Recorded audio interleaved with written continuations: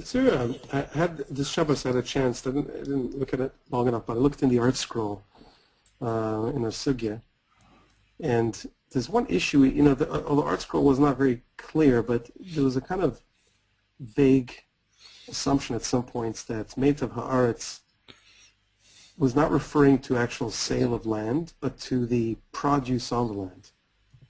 Does anybody read it that way? Yeah, well, that's part of our discussion. There's a lot to there's a lot. Originally, the okay. Let's just start here. Welcome everyone to our class on iyun. Iyun means to layan means to look into, to observe. We said we're observant Jews, and there's a lot to observe here. Today what I wanted to do is to show the Shakulataria, number one, that we're involved with, and two, to examine a little bit in Tfunos what it means to bring a proof and a disproof. Now, here's our chart of the Hekesh, okay? I'm just going to just make it as easy as possible here, as big as possible. Okay, that's clear enough for you to see here? Yeah, it's not bad. Okay, now, remember that in our opening session, we just gave a broad overview, and we spoke about how dinim, how laws move in the Chumash. Okay, we have a hekesh. Hekesh just means that you link two things together, and you could do it either logically or you can do it through a Masara. So Moshe Rabbeinu was told by Kodesh Baruch Hu, a small group of Gezerah Shabbos, for instance, which means that an analogous word in two different Pesukim will transfer the law from one place to the next. So we said that's the classical Gezerah Shabbos. How do you know that a woman can be married with money? It doesn't say it in the Torah.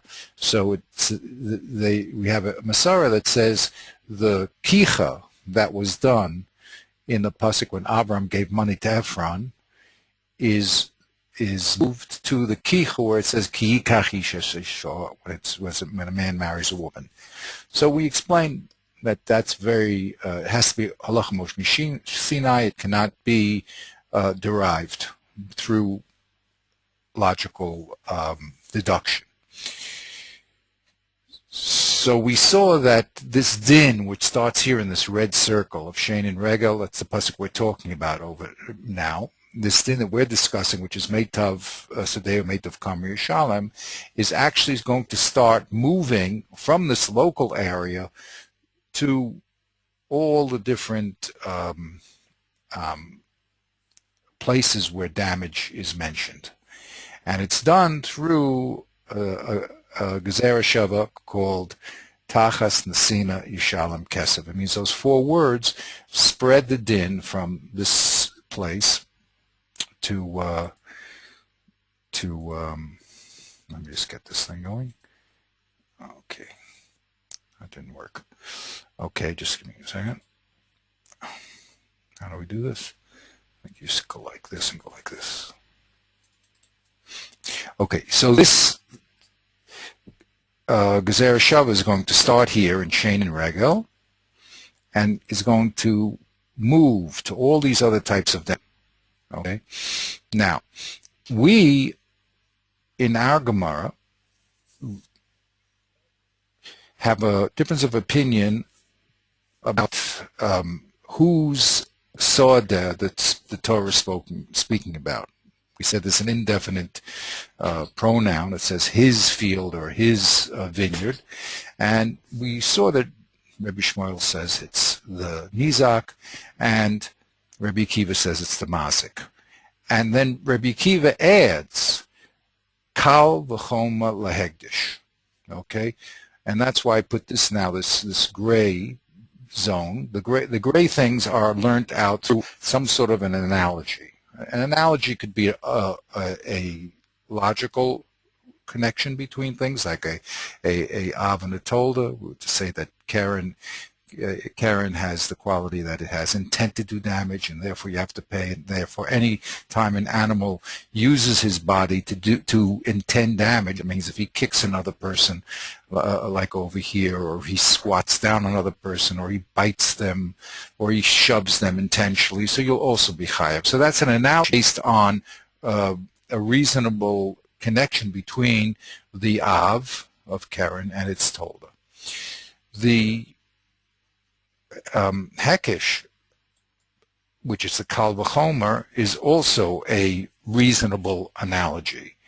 It presumes that any case given in the Torah will spread to any case which is more strict than the stated case.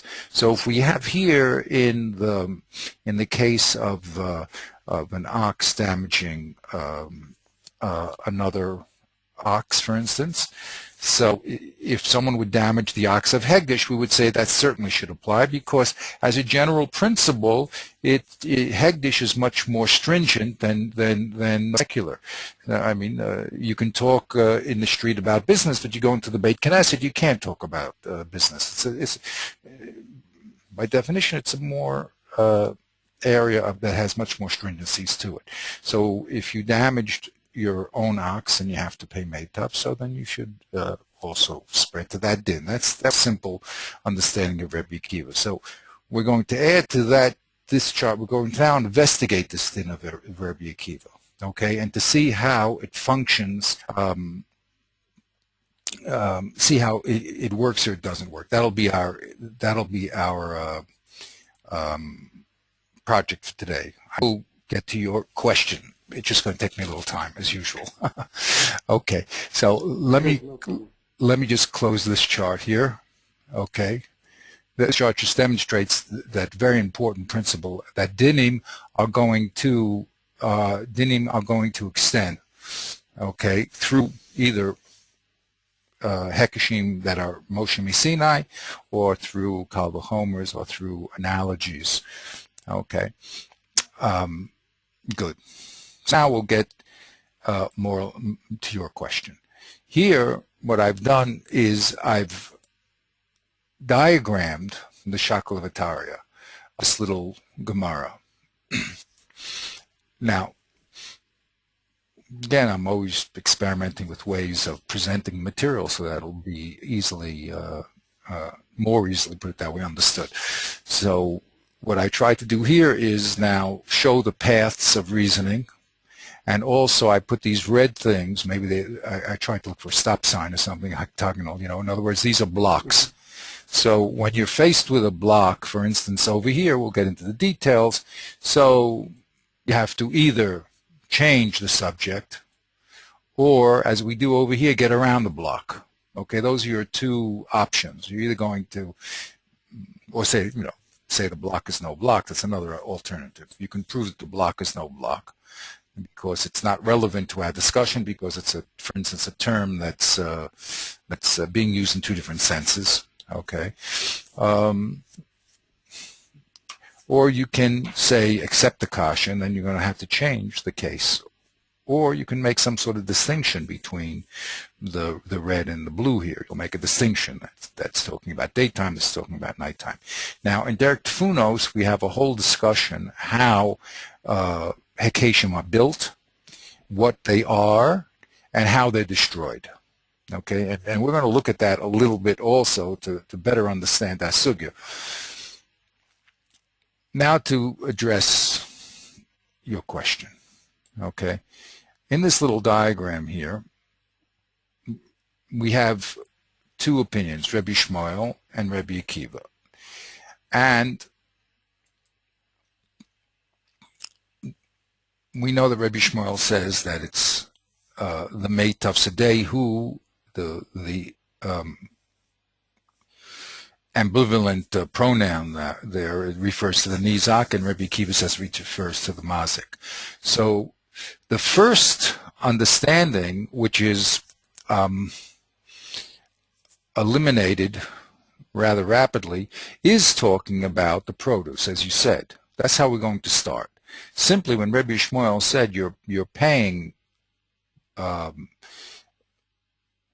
for the best of your field, his field means you're paying for the nizak's field, the one who was damaged. So the simplest, or the starting definition of that, is talking about the produce. You're paying for the produce of the nizak. Okay, so now the question is, what does the Torah mean, meitav? What's the chiddush of meitav? Of course you're paying for the produce of the nizak. Say he damaged 10 bushels of, your animal had a very nice meal of 10 bushels of who knows, cabbages, whatever. Okay, big fat cow, who knows, maybe whatever it's. So what would be the chiddush of paying the nizak in paying according to the nizak's field? So the first position was that, look, the chiddush is that you have to pay him for the best produce, even though you destroyed the worst. So if you destroyed 10 bushels of the animals went in there and destroyed 10 bushels of cabbages, and they were very low quality cabbages, you have to return 10 bushels of high quality cabbages. So that was really our first, and that would be the chiddush. The chiddush is that you, even if you destroy, no matter what you destroy in his field, you have to pay him back according to the best things in his field, let's say the best produce in his field. Okay. Now the Gemara eliminated that very, very quickly, because they said there's no, that can't be, your word I think was coherent. It didn't make any sense, because why would the Torah demand that if you destroyed the worst, you give him the best, and if you destroy the best, you also just give him the best?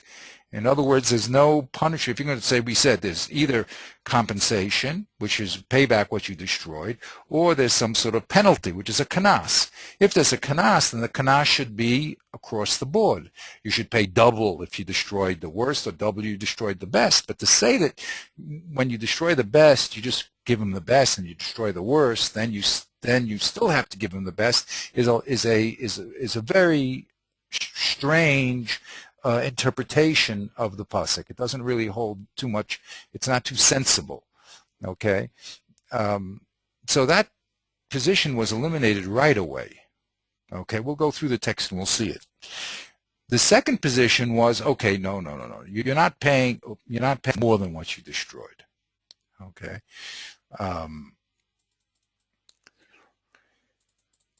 But what's happening is, say we don't know what was destroyed in the field. The man had very good crops and he had poor crops, and there were different rows, and they weren't labeled properly, whatever, and we don't know what your animal destroyed.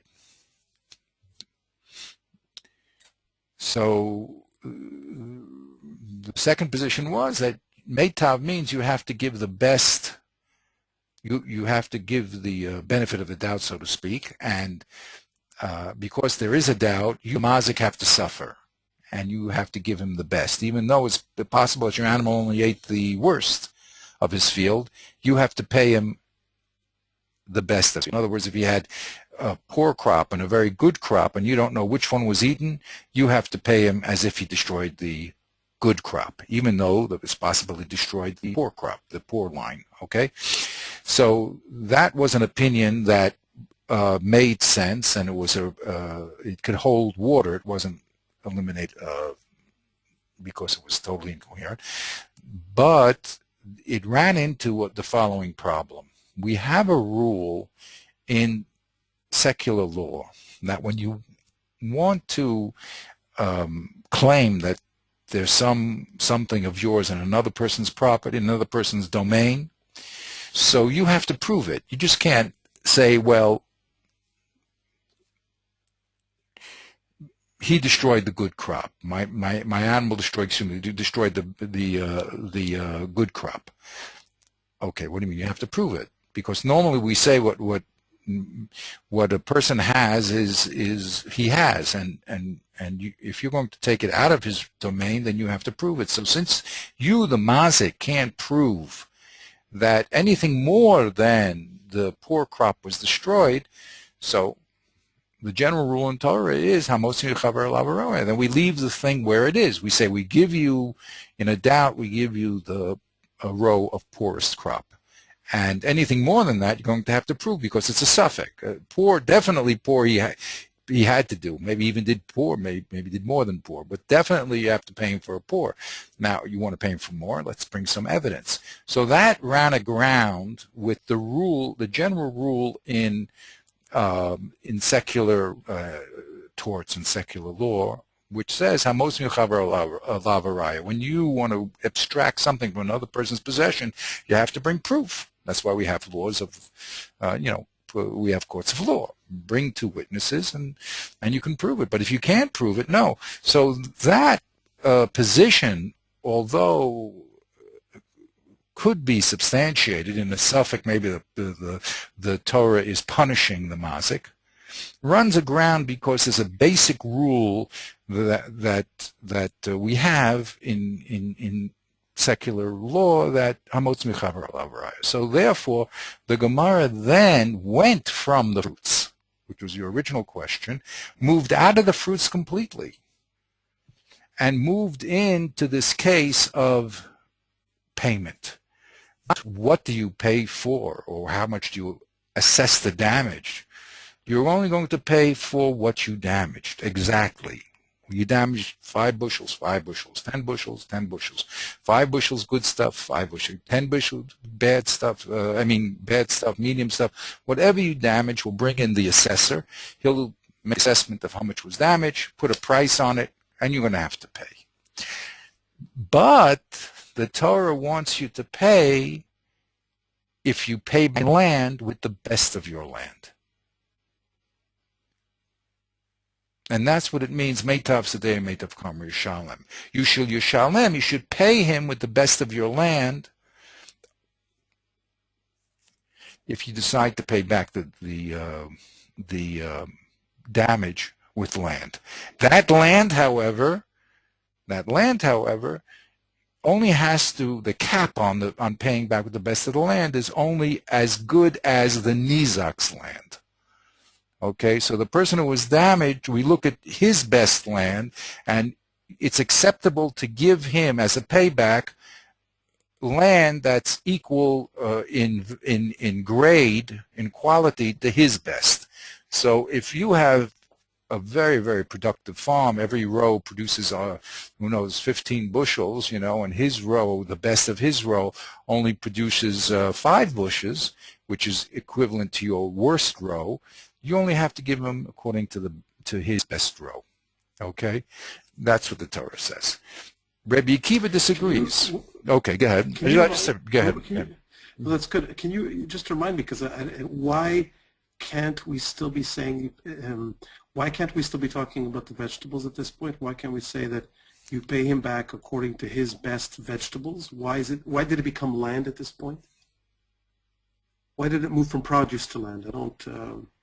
That's what I'm not following. I understand. Well, you say it has to do with payment, but how does that change? Okay. Maybe I don't understand that issue. Why, when you say, what do you mean by the issue has changed to one of payment? Maybe that's the part. What I don't get. Okay. Now,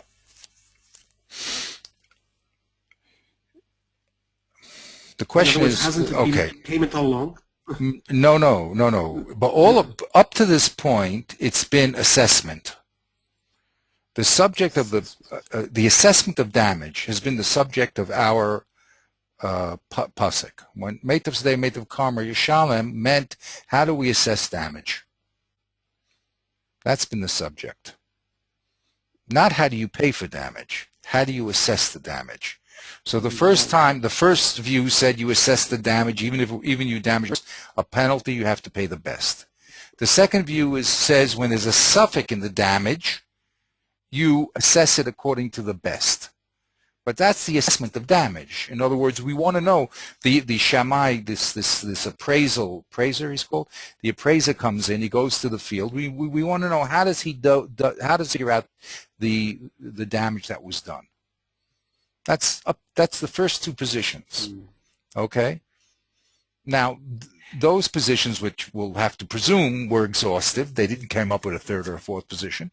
Okay, let's presume they're exhaustive. In other words, it's the only things they could figure out when we're talking about appraisal, because and first of all, that's the first position because we're talking about the field of the Nizak. What are you doing in the field of the Nizak? If you're talking about paying, you should be talking about the mazik paying.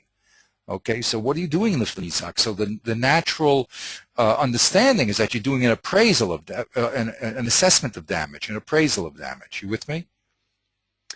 So then, yes, I am. How then? I assume then that the question of appraisal is resolved. How is it resolved? Like, what's the final position of how we do an appraisal? Oh, you appraise exactly what was destroyed. Aha. Okay. Okay. Now. Right. Did it finish on that point? The Gemara. Yes. No. Up to that point. Yeah. That's up to that point. Up to that, yes. The Gemara now is going to conclude you pay for what you destroyed. Now you have to. I'm saying that. Okay. Understand. We have what's here and what's in other places. You see, we're going to find out that the specific appraisal isn't exactly what you destroyed, because what we're going to learn later on another Mishnah which has nothing directly to do here, but it's just interesting, and I don't want a false impression to be developed here. Later on, the Mishnah says that you don't appraise exactly for the 10 apples that were eaten. You appraise it according to the loss loss of value of the whole field, which makes it much easier on the mazik. Okay, you don't, but that's a side point. I mean, that's not going to affect us here. But here, you're definitely not going to pay more than what you damaged. Okay, like in the first position, you paid more because you're going to pay the best even destroyed the worst, or you're going to pay more because there's a possibility that you only destroyed the least and you're going to pay the best. So those two possibilities of paying more than what you actually damaged have been shelved. We're not going to come back to them at all. Okay. Yeah. Now, the third position then where we're forced to come to, because there was no coherency, I like that word, in the first two positions. It didn't hold water because either it makes sense to make a kanas in one place and not another, or because of hamotz michaver. So now we had to move to a whole new concept, which is how do you pay back your damage? What species of payment do you pay back in? No longer assessment that we're not dealing with anymore. So the question is, what does that mean now that you're paying back the damage? Now, what does it mean you're paying back according to the nizak and not the mazik?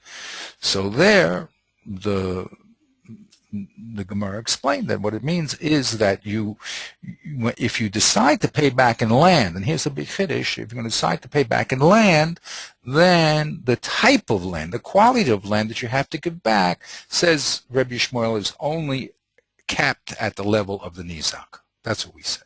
That's explained. Rabbi Akiva will disagree and says, no, you have to, if you decide to give him land, you have to pay him back with the best of your land. Okay, even if it's much better than what he has. Okay, so that's where we move to this position.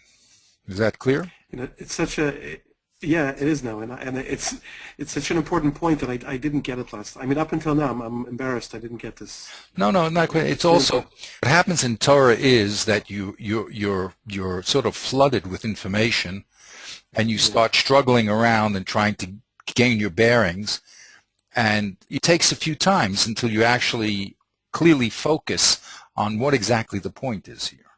Okay, that's why you have to go over many times, and that's one of the reasons why also I'm trying to do these charts, because it's an expert system. So if you're very fluent in in calculations in your mind, so then you could do it. But when you're just starting into the system and you don't know what the variables are, it's very easy to get lost in any one of these positions. Okay, so Bekitzer, we ended up at that position. So we said a little svara. I mean, last week I said a little svara. What is, after we understand the what of the pasuk, we always have to understand, well, why is that rational? Okay, we don't want to say everything in the pasuk. Some people that like to learn, don't ask the question. Everything is just, what's called a gezeres hakasiv. Hashem says to do it, do it. That's all. It's the king.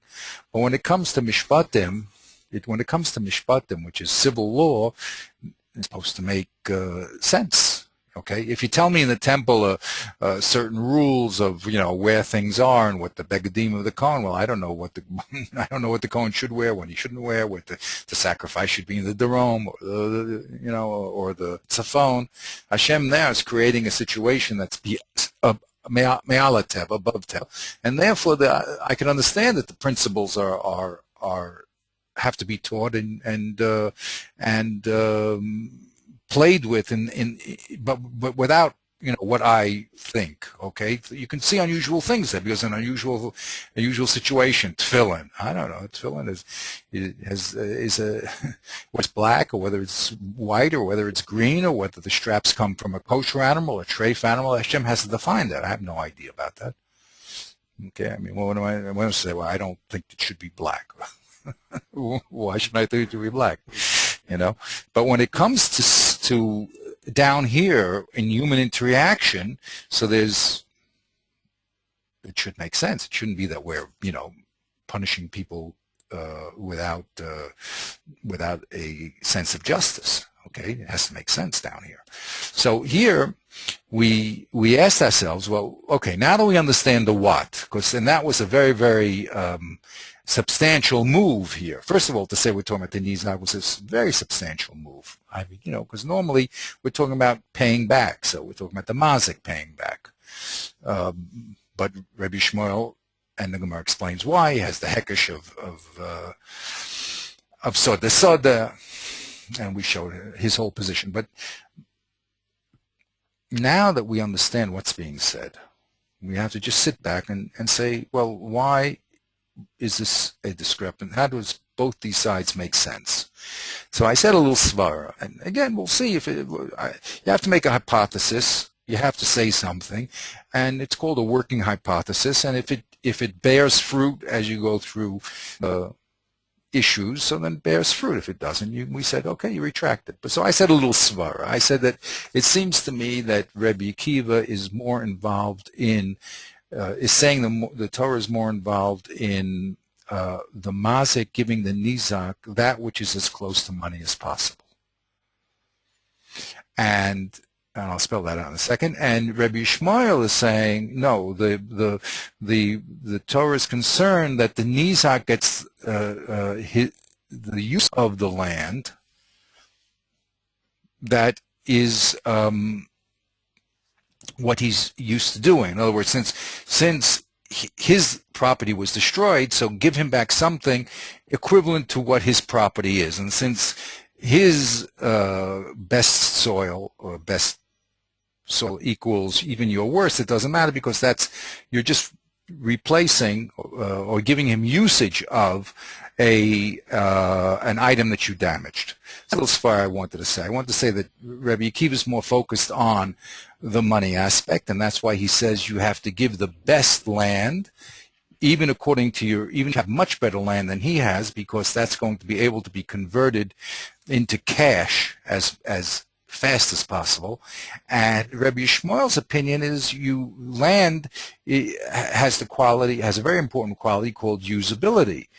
And of course he may sell it, but since you destroyed his property, first give him property that, if you're going to pay him property, give him property only to the level that he has, because that's his usability standard.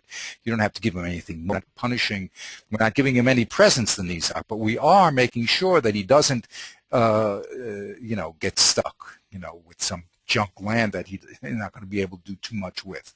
So that's a little svara that I wanted to say to explain the bottom line of why the Torah would say either give the best of the nizak or give the best of the mazik. Okay, and that would be a difference between whether the Torah is interested in the nizak getting cash back for damage or getting usability of land back for damage. Okay, that's what we said. That's what I said anyway. Okay? Yeah. All right. Now, once into this position, the Gemara is a balance sheet. In other words, once you solve a certain issue, then you take that result and you now apply it. You keep going, further with it. Either it's going to produce a problem, or it'll produce a new din. So here we have the statement of Rabbi Akiva. He said two things. One, he said that Meitav Sedeu, as we translated, even though the words didn't say it, that's a whole other issue, how it came out, but I don't want to get into that. But Meitav Sedeu, you pay according to the mazik, the best land of mazik. And then he said, Kal v'choma lehekdesh. Kal v'choma lehekdesh. Which means that Rabbi Akiva is extending his din from this particular case of damaging a person's vineyard or field to a new realm called Hegdish. Okay? Now, that's an extension, and it's done through Kal v'chomer. Kal v'chomer is a hekesh, it's a syllogism, but it's based on the fact that one subject, we identify one subject as being more stringent than the first one. So anything that's asaf for the lower level, the Kal, certainly should be asaf for the chomer. Okay? So that's what Rabbi Akiva does. Now the Gemara now wants to investigate that. Now, I just said also, it makes sense to me that if my svara is correct, that Rabbi Akiva is talking about money issues and trying to give a payback to money, so then we can move this din more easily than maybe Rabbi Yishmael would do. Rabbi Yishmael, since he's more talking about usability, maybe we would leave that din more in the damage of Nezikin. But okay, that's supposition. I don't know if that's correct or not. But anyway, let's go here. It makes sense. It makes sense because Rabbi Shmuel is thinking from an agrarian type of standpoint. He's thinking from the standpoint of the farmer as a worker. And Rabbi Akiva, according to your reading, is more like a businessman. Exactly. So as a business, I mean, Hegdish doesn't need to Hegdish only deals with money. I mean, we're talking about Bedek Abayis, we're talking about the temple, we're talking about, we're talking about Hegdish uses its stuff, like the Beit Knesset. I mean, it burns lights, right? So it's interested in money. It's not interested in crops. It doesn't have, there's no mitzvah to the temple to have crops and to grow crops and, you know what I mean? So anyway, we make that extension. Rabbi Akiva makes that extension. So now we have another little debate also as to what Rabbi Akiva means by Kal v'chomer lehegdish. So here I introduced a little bit another symbol called a dotted line. A dotted, an attempted solution, okay, an attempted solution, which is going to be broken, or attempted stira, an attempted disproof that will be broken, okay?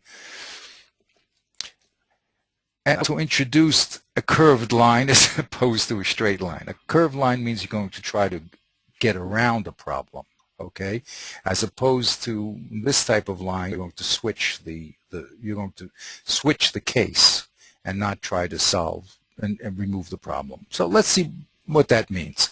Now, Kal v'chomer lehegdish. So the Gemara first started and said this again. We always start with the most obvious explanation of Rabbi Akiva, which means that just like we make an analogy. Just like you pay for damaging another person's field. Just like certainly you should pay for if you damage the Hegdish field. That should be the Kal V'chomer, right?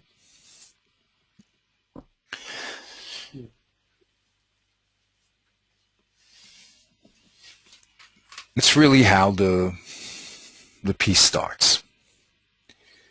However, the Gemara says that that's not Peshat, because there's another pasuk that says Shor Re'ehu, which eliminates a person paying for damage to Hegdish.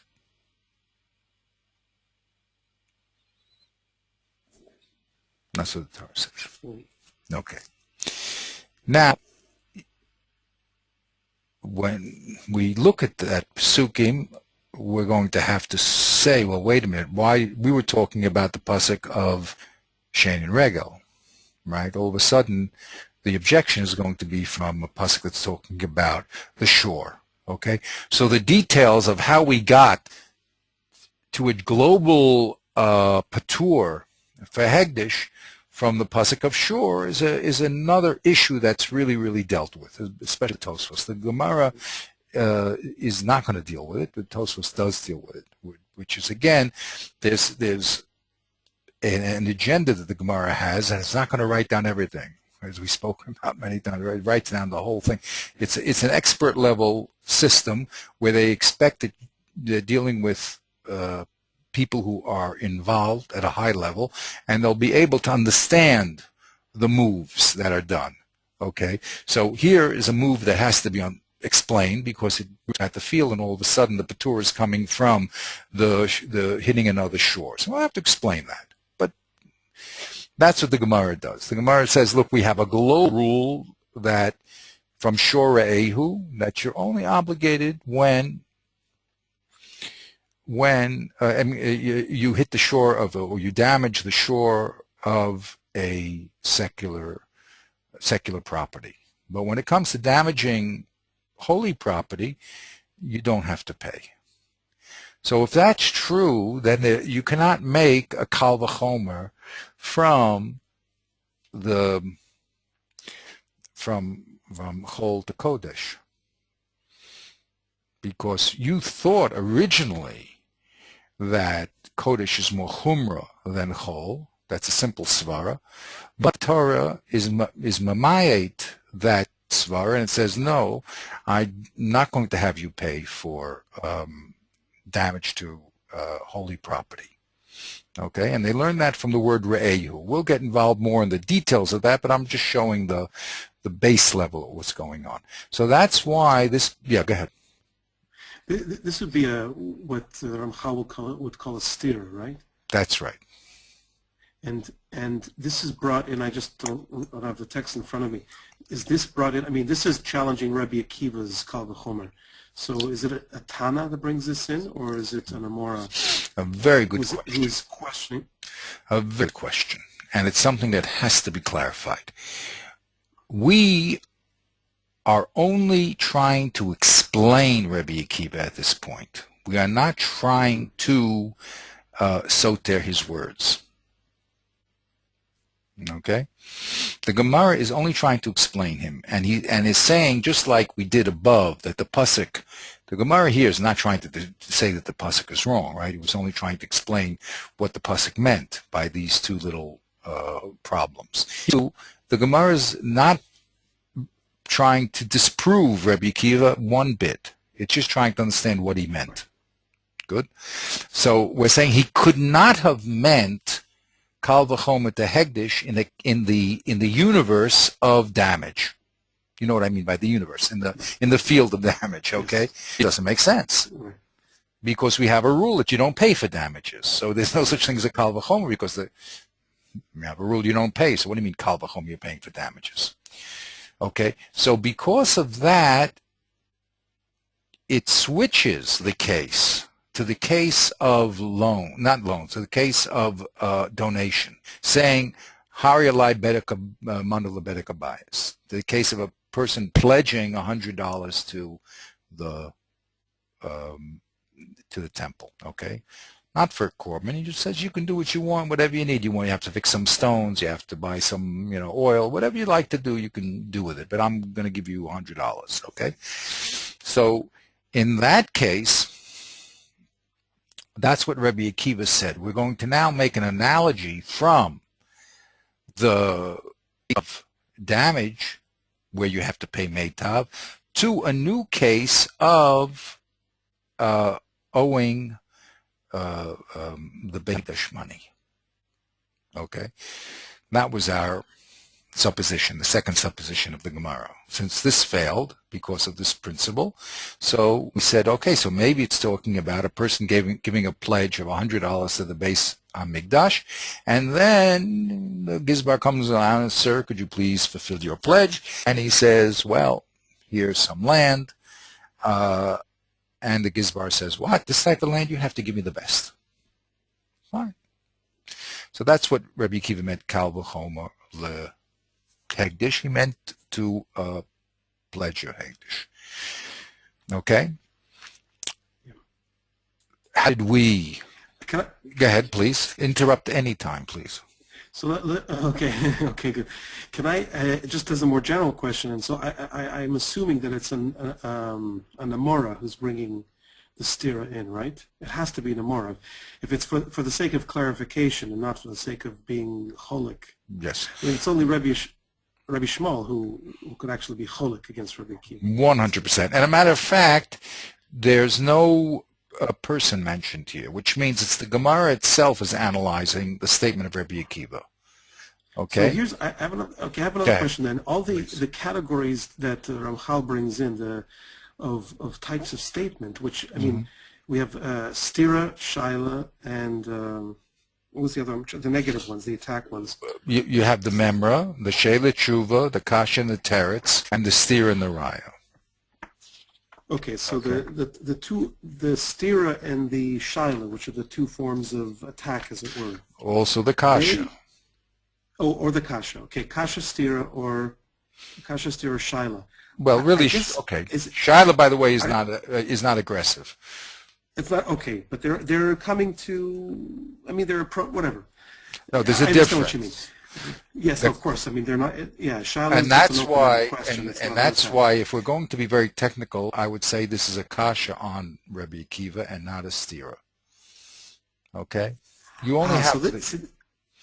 So my question actually was this: like, could it be only an Amora who poses those? I mean, would it be even proper in terms of categories to say that one Tana poses or creates a stira for another Tana? Is that even... No, it could be Tana against Tana arguing. Okay. Right, but are they posing stiras to each other? Is that... Sure. For instance, here, and how you learn the pasuk, we had a very, very large debate. But we said, look, Rabbi Shmuel said, it has to be the Nizak because I have a Gezerah Shava that says soda, just like the soda was the Nizak on the beginning, it's Nizak in the end. Now, what does Rabbi Akiva answer to that? You see? We don't have his answer. But we only have the proof, but we don't have the answer. So sometimes you'll have in Mishnayos, you will actually have an argument, the argument spelt out. Okay, and one side will say will deny the other person's position. Okay, sometimes you will have that, but most of the times the Mishnah is pure conclusion.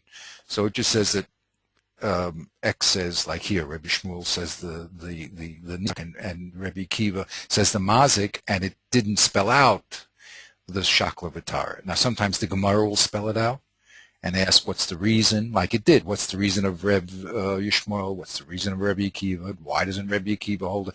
All that will be explained in the Gemara. Sometimes very, I would say, not very frequently. Sometimes you'll have a give and take of debate in the Mishnah itself. Okay, but that's less frequent. Okay, but here we have a question of Amarayim trying to understand really Rebbe Akiva. They're not trying to knock him out. They're not trying to explain what would Rebbe Shmuel say in this case. They're just having a difficulty with his statement. So that's, even though I said in the beginning he soter the statement, really technically these are kashas. They're not steers.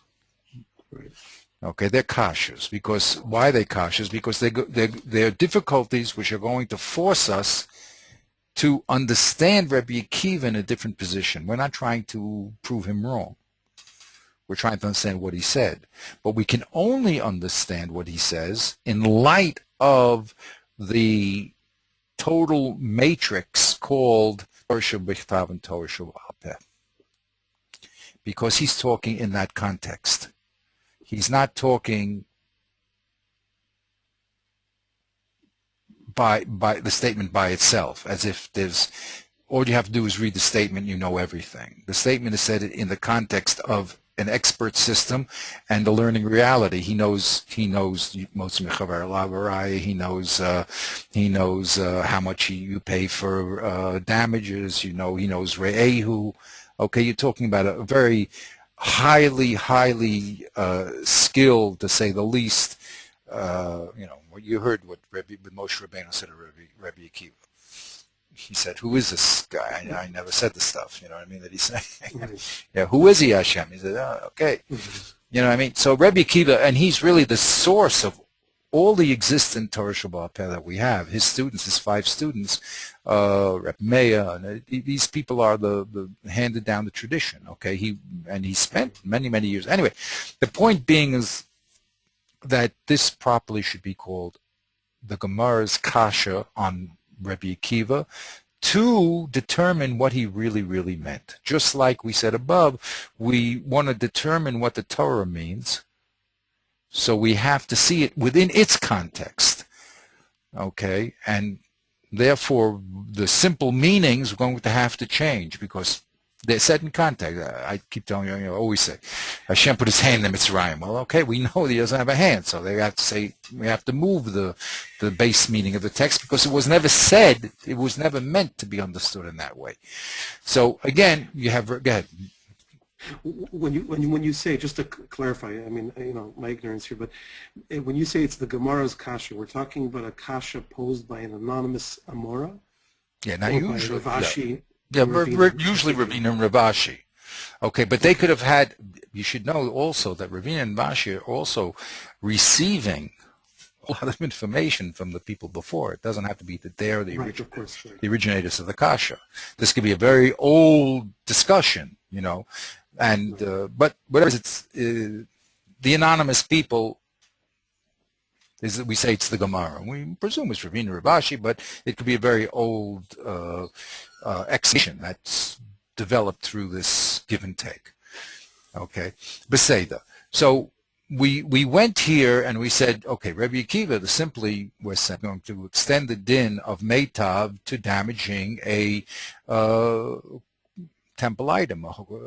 We go from Chol to Kodesh, Kal v'Chomer. It sounds very good.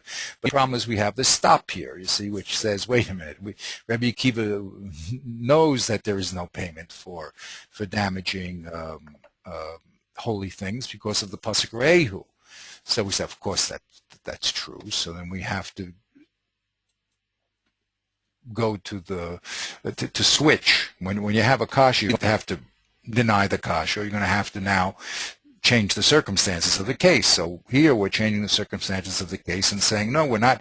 Rebbe Akiva couldn't have meant damage to Hegdish because you don't pay for damage to Hegdish. He was talking about collecting money, the Gizbar, the treasurer, collecting money for a person who pledged to Hegdish. And in that case, he's saying you have to pay with the best of your land.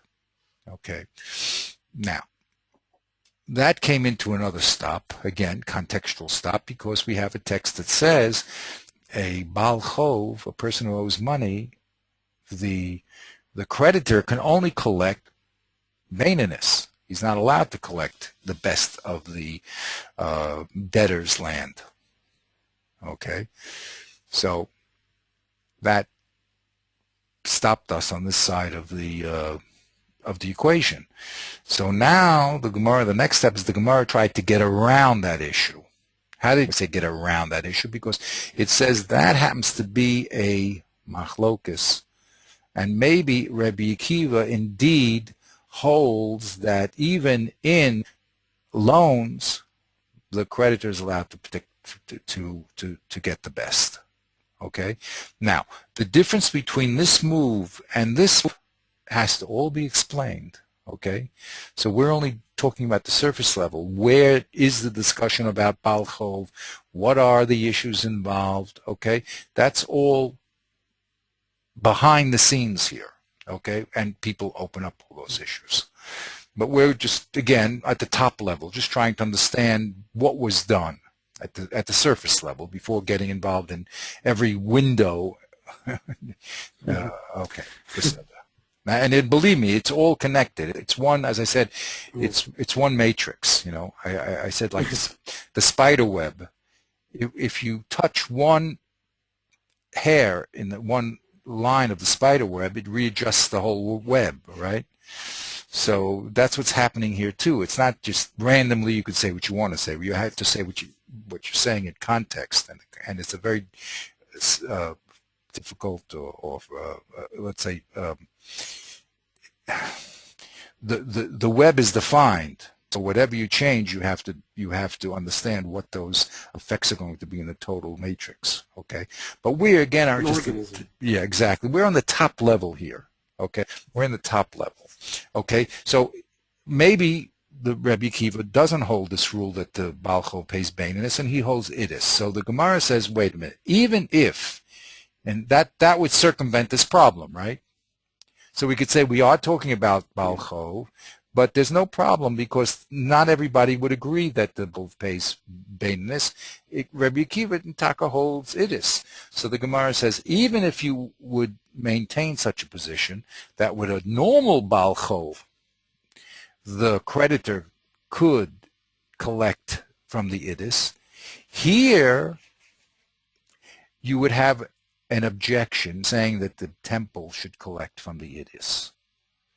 What would be the objection? That you already told me, holding this, that the temple is in a weaker position than the secular case. Why? Because the temple, I show you, is weaker because it doesn't pay for damages. Now, what impact would that have here in Baal Chov? Okay, and we didn't clarify this last week. Okay, now, I would like to clarify that a little. The pasuk we're trying to derive everything from is a pasuk of damages, correct? Now, we're going to extend the law of damages to Ov, or to Hegdish, or to a combination of the two, but we won't extend this law of Meitav. We've extended it to all sorts of damages, but we since damage doesn't pay, we had to move to this question of Baal Chov, which means we're going to move the law from damage to Baal Chov, which means we're already interpreting that when a person pays back for something that he damaged, he's in the same legal position as a person who owes someone money. Now that could be a debatable issue. Maybe you're in a worse position. If I borrow money from you, it was with your permission, correct? I said, do you have $100 that I could borrow? And you say, yes, take the $100. So it was with your permission that I ended up with the $100 in my possession. But here, you didn't want me to damage your cow. You never gave me permission to do it. So you could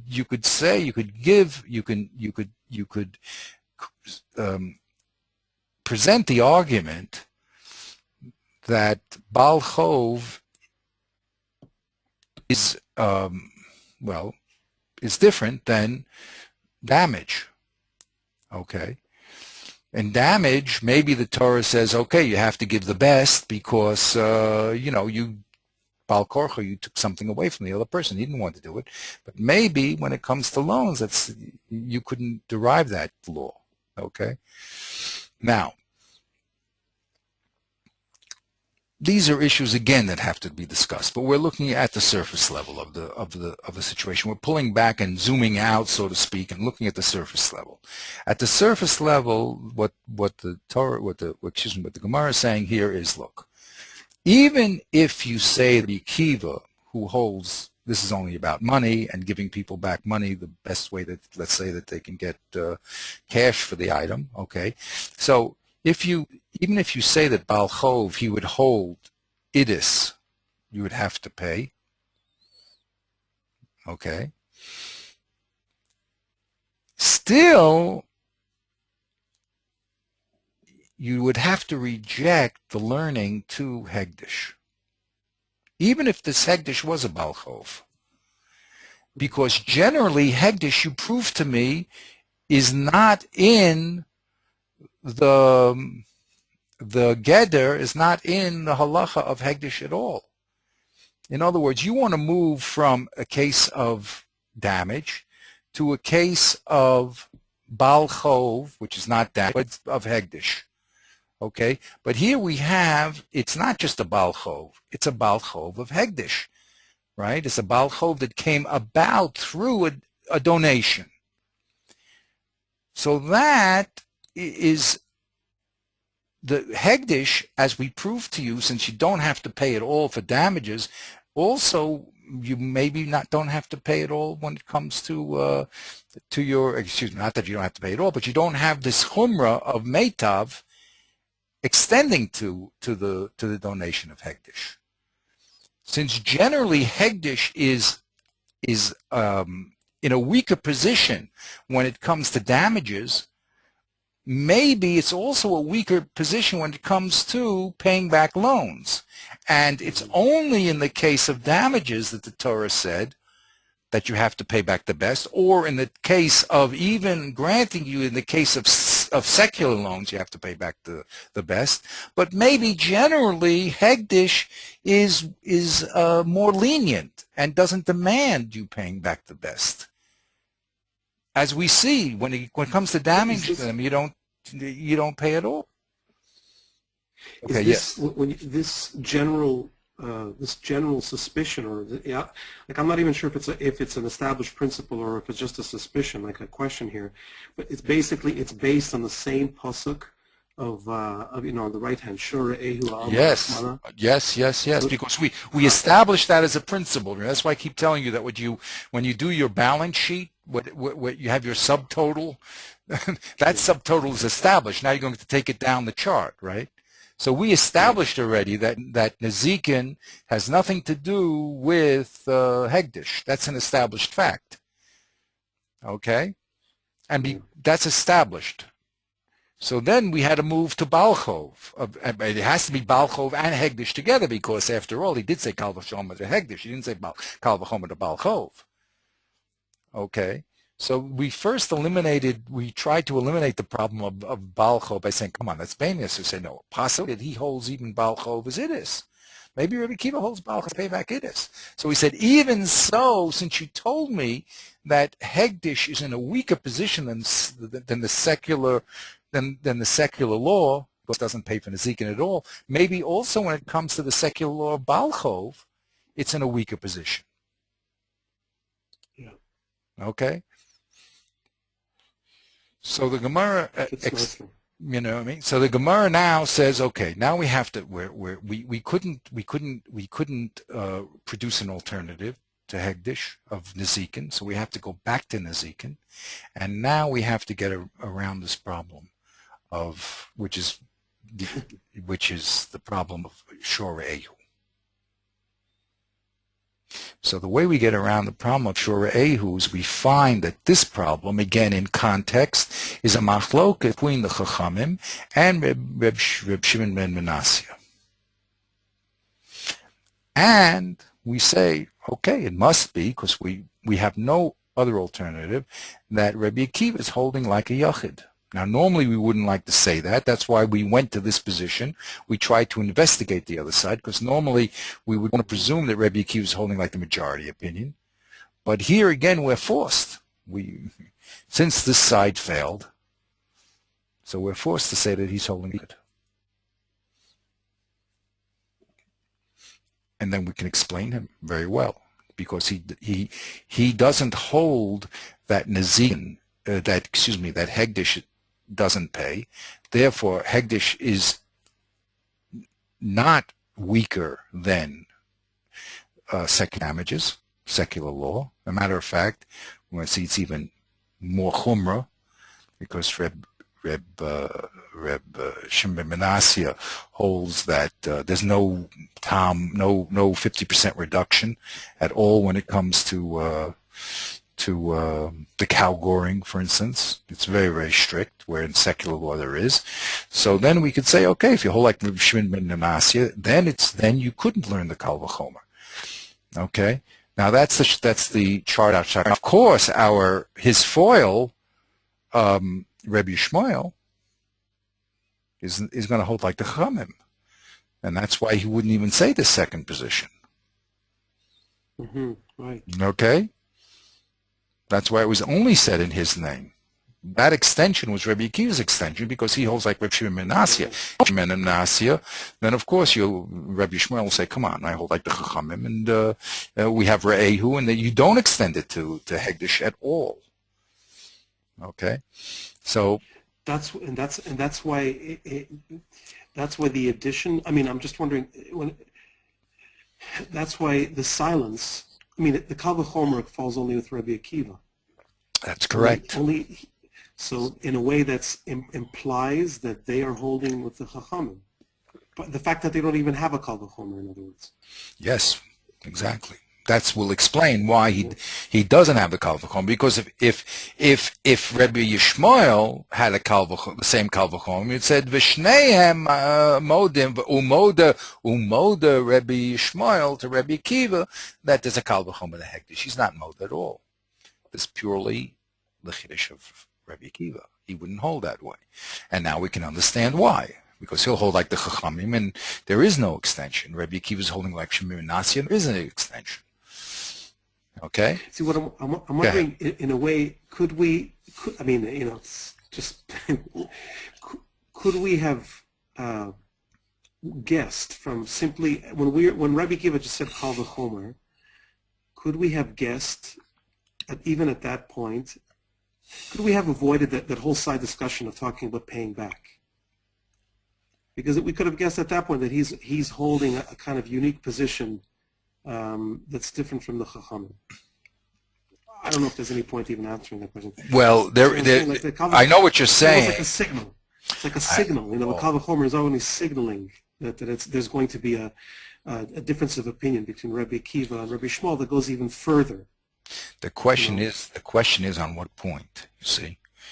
The question is on what point, you see.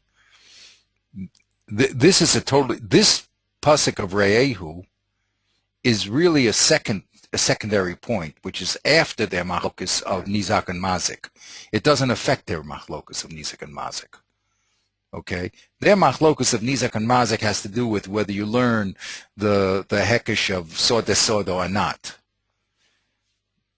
This is a different machlokus because it's based on a different point completely. Whether you hold Re'ehu, how do you hold Peshat and Re'ehu?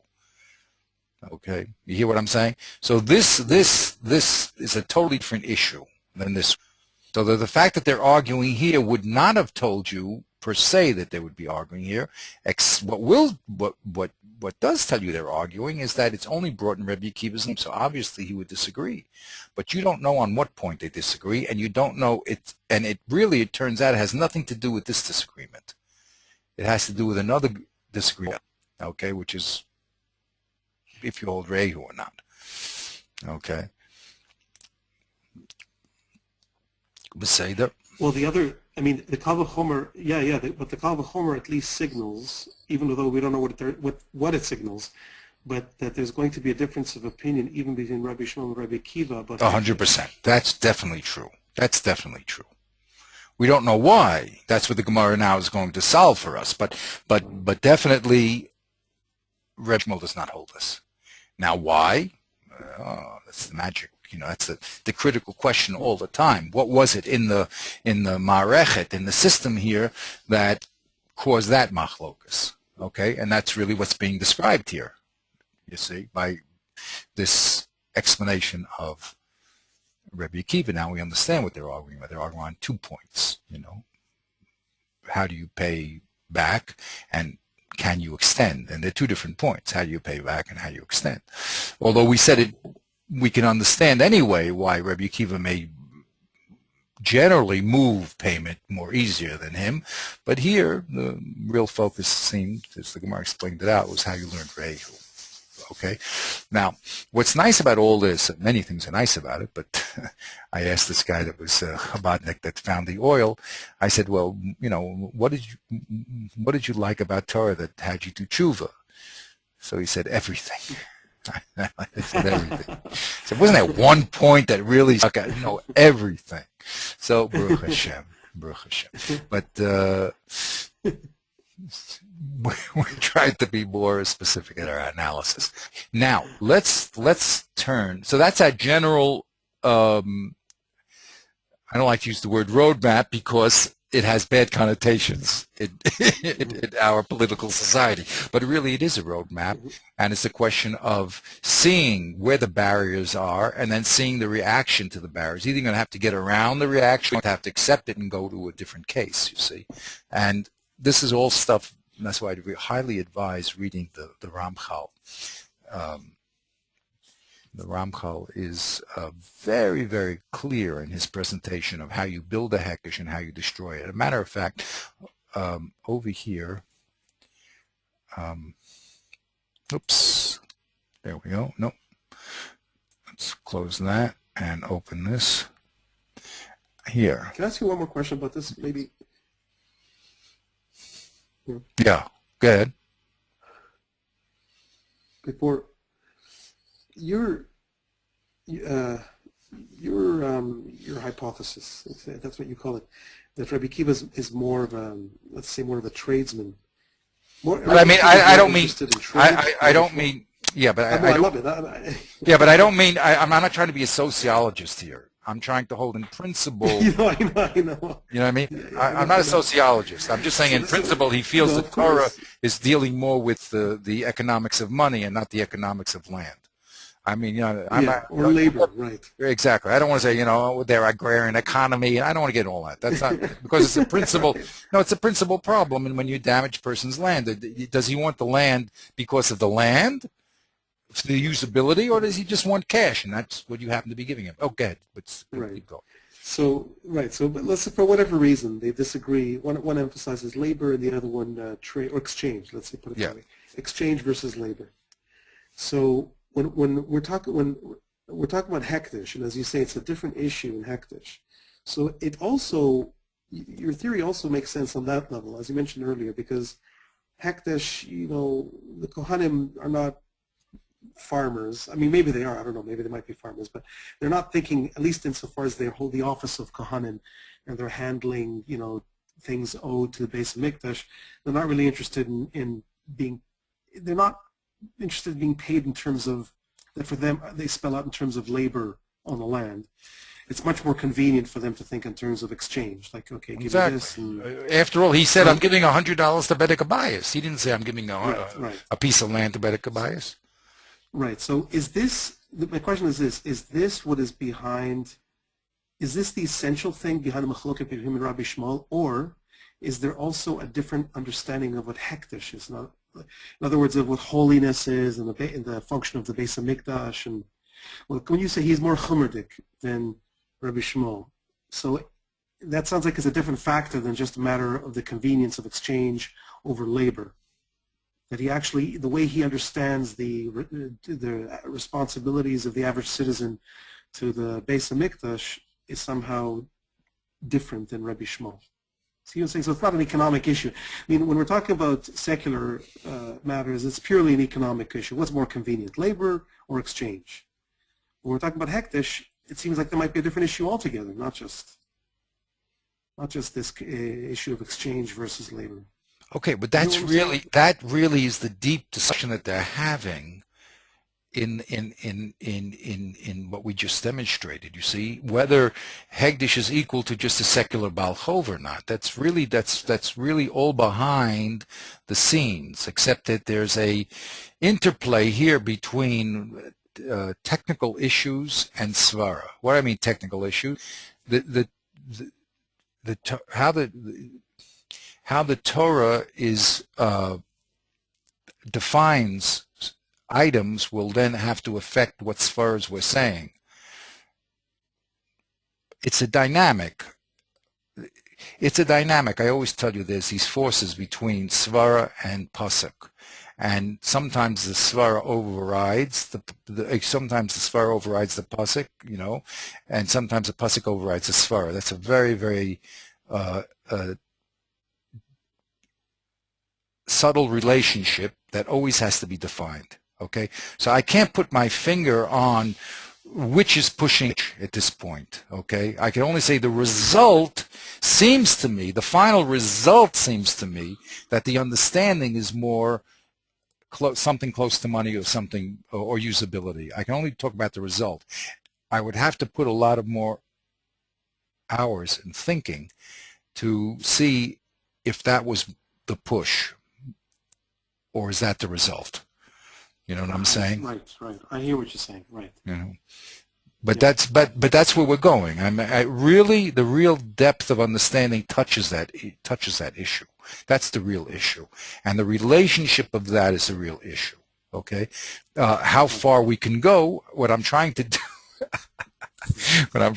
is go in and go out without going so far in that, you know, beyond my capacity and definitely beyond yours. Even we have there's some beautiful Tosfoses on the pages that we have to, you know, that should be read. I mean, they're very important issues because as I hinted at, this whole idea of there was a little bit of a switch. We were talking about damage.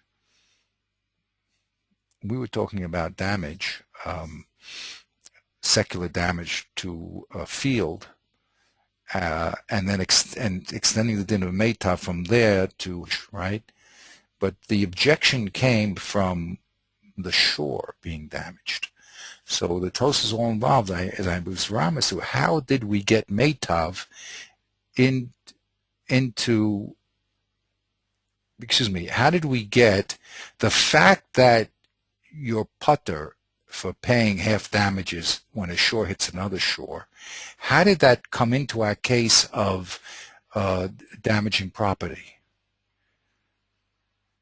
Meitav can move because we have a gezer shav to move the din of Meitav all over the place.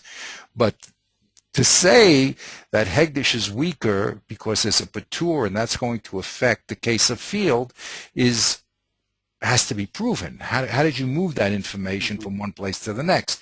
We were talking about a specific case of not paying for half damages, and that's causing a general weakness in the case of Hegdish. So that little area has to now, the Tos was involved. We have to be involved in the mechanics of that area.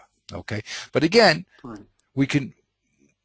what I'm trying to do is to show enough of the system so that we get a feel of what's going on without getting all the way into the system. Now, we're going, because my whole aim here is, what I'd like you to show you is the system and how each part of the system works, because we have to talk about the Rishonim, and we have to talk about the Shulchan Aruch, and we have to the Tur, and we have to talk about the Shulchan Aruch. So we have and the Yachronim, and we have to see how each one of those levels are interacting with this raw material here. This is all base material. I won't say it's raw, but it's all base material.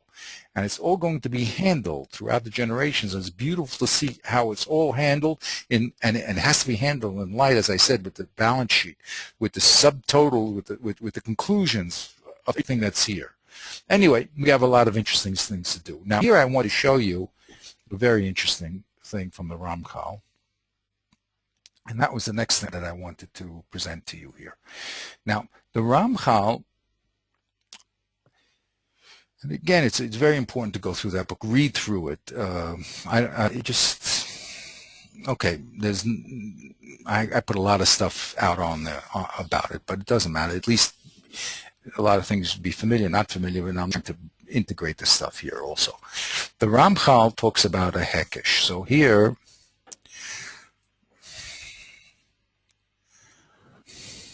let's see if I can get to the beginning of this here. This chapter is a very beautiful chapter here. 4. This is how to bring proofs through Hekesh. But I want to talk about when he breaks up the Hekesh. Let's see if I can find it here. Okay. This stuff is powerful, powerful. I mean, I just can't do everything at one time. You cannot imagine how powerful the Ramchal is. It's just unbelievable stuff. Okay. This is what I want to talk about here. I can just get to it.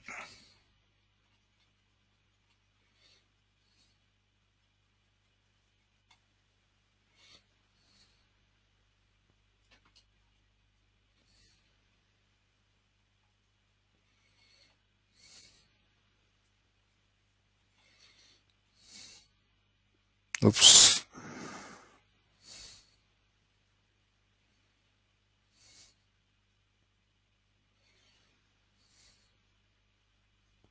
Look what he says here. Amnam ben haraya hamumetus ben haraya hamacheshes testereno. Now he's going to explain how to destroy a proof or a disproof, okay? Now, before he spoke about, again, I'm taking you in the middle of it, but it doesn't matter. Before he talked about how to build proofs, on what basis do you bring proofs?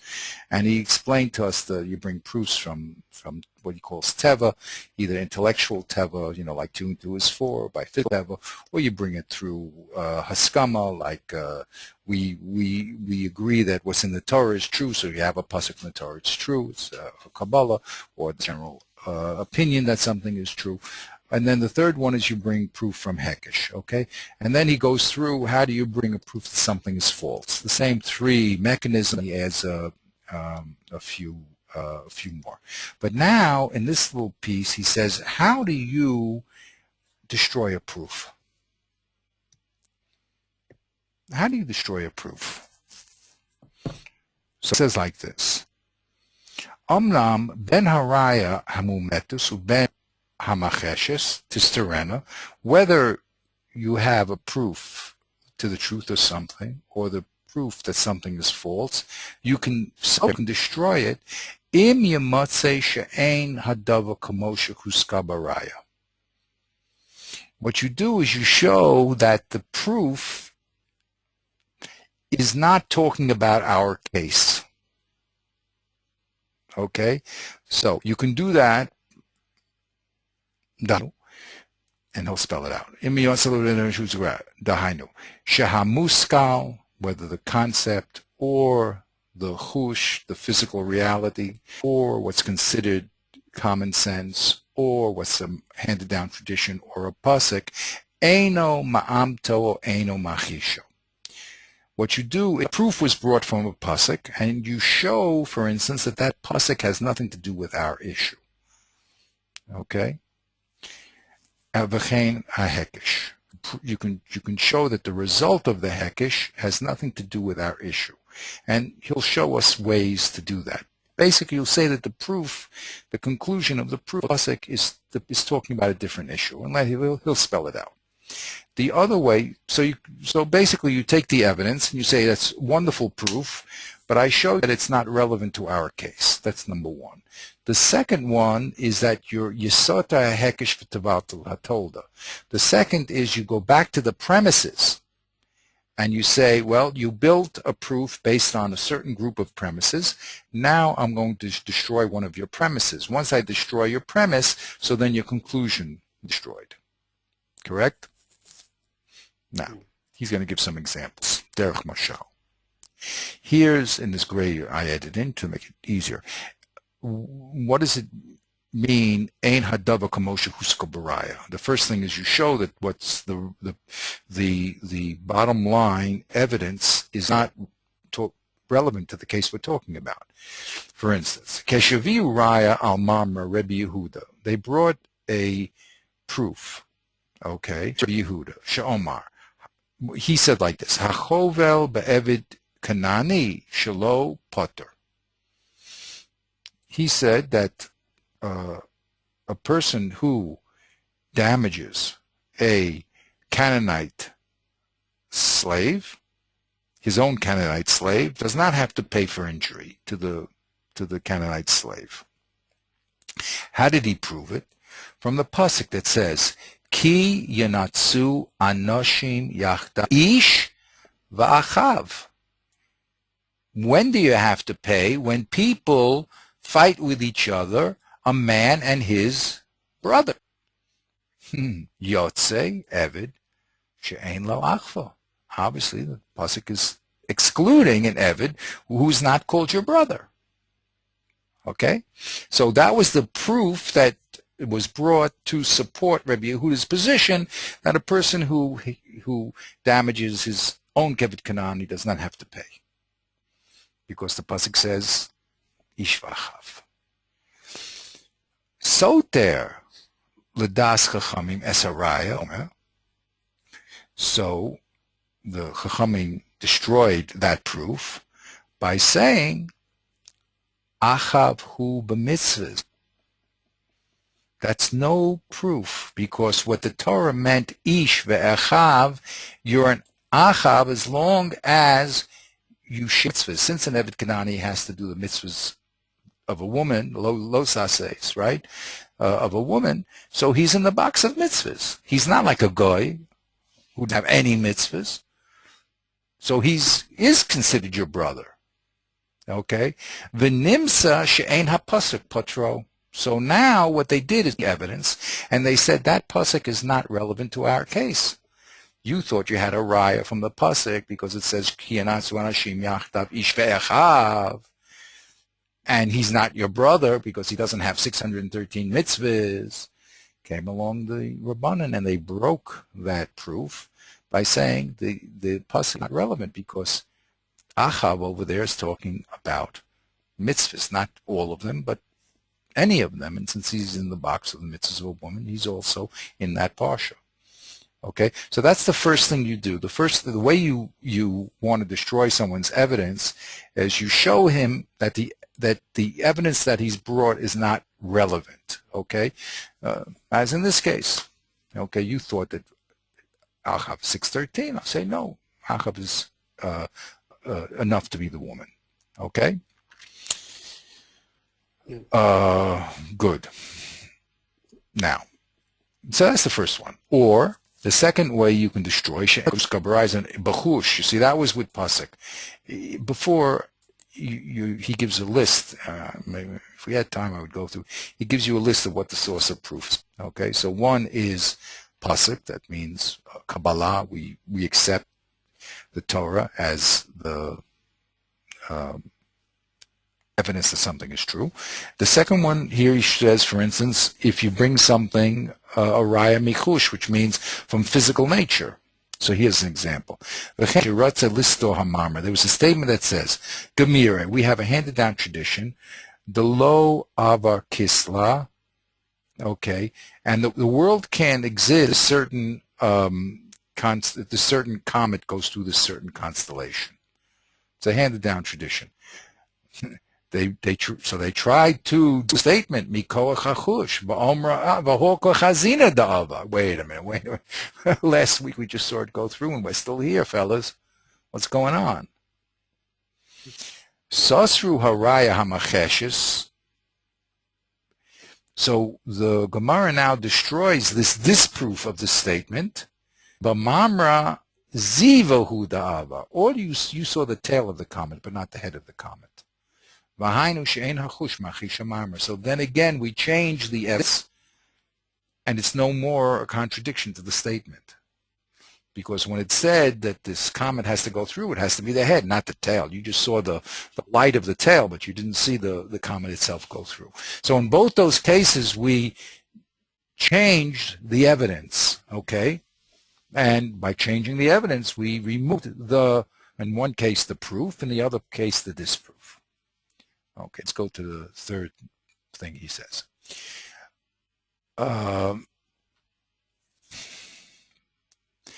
Yistor hahekesh v'tivato told us so.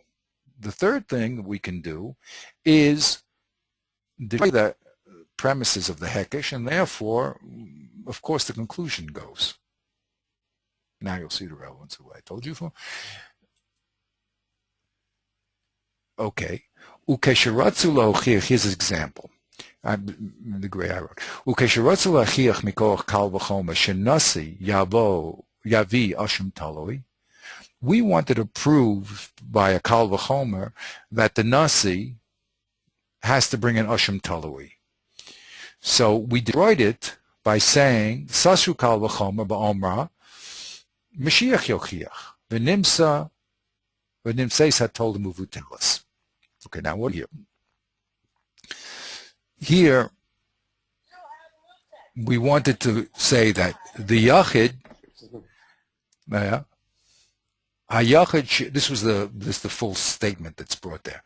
Hayachid she'ein mavi al vada'o zach ashum talwi. We wanted to show that the yachid is more makel than the nasi because he doesn't bring on positive information, right? He doesn't bring it. He's much more makel. You don't have to bring a male. Yet he does bring the ashum talwi. The nasi, who is much more humra, that he has to bring a male on this vidui hodor, I'm sorry, zachor, is he should bring a ashum talwi. So we show how the nasi is more chumrah than the individual, and we say what applies to the individual, the ashum talwi, applied to the nasi. So here we break the kal v'chomer by Mashiach yochiach. We bring a third case, which has nothing to do with Yachid or Mashiach. I mean, a third case. It's not an internal break. And we show that it's Chomer. It's just as Chomer as the Nasi, that he also brings al the Hivado Zachor, and yet the result is he doesn't bring. So I bring the way, what I do, what was done here is that we broke up the Kal v'Chomer, not internally. I didn't show you that the Yachid was more Chomer than the Kal, but I brought an equivalent case to the Nasi and showed you that Torah doesn't give it the same din. Okay, that's how we broke the Kal v'Chomer. Okay, so now here, these are three psukim. These are two. These are the. Oh, yeah, I have to explain. Yeah, These are psukim, or what are these? I can explain. This is clear. This is a pasuk. This is given information. Yeah. Okay. Yeah. This nasi we want to derive through Kal v'Chomer. It's unknown. Yeah. We don't know if the nasi brings the ashum talui. Okay. We just want to derive. He brings it because it's Yachid. Okay. Right. This is known. Yeah. That the Mashiach doesn't bring it. So we say, since this case is equal to the Nasi and doesn't have the same result, you no longer can derive the Kal v'Chomer. Because Mashiach is equal to Nasi and it doesn't have the same result. Okay, that's how you break up. But one of the ways you break up a Kal v'Chomer. Now we have to go through the book on how to break up a Kal v'Chomer. Okay? Okay. Okay. Anyway, I'm not going to go through the whole book. But here, why did I bring that up? What did we do over here? Okay, let's try to analyze a little what we did. Okay.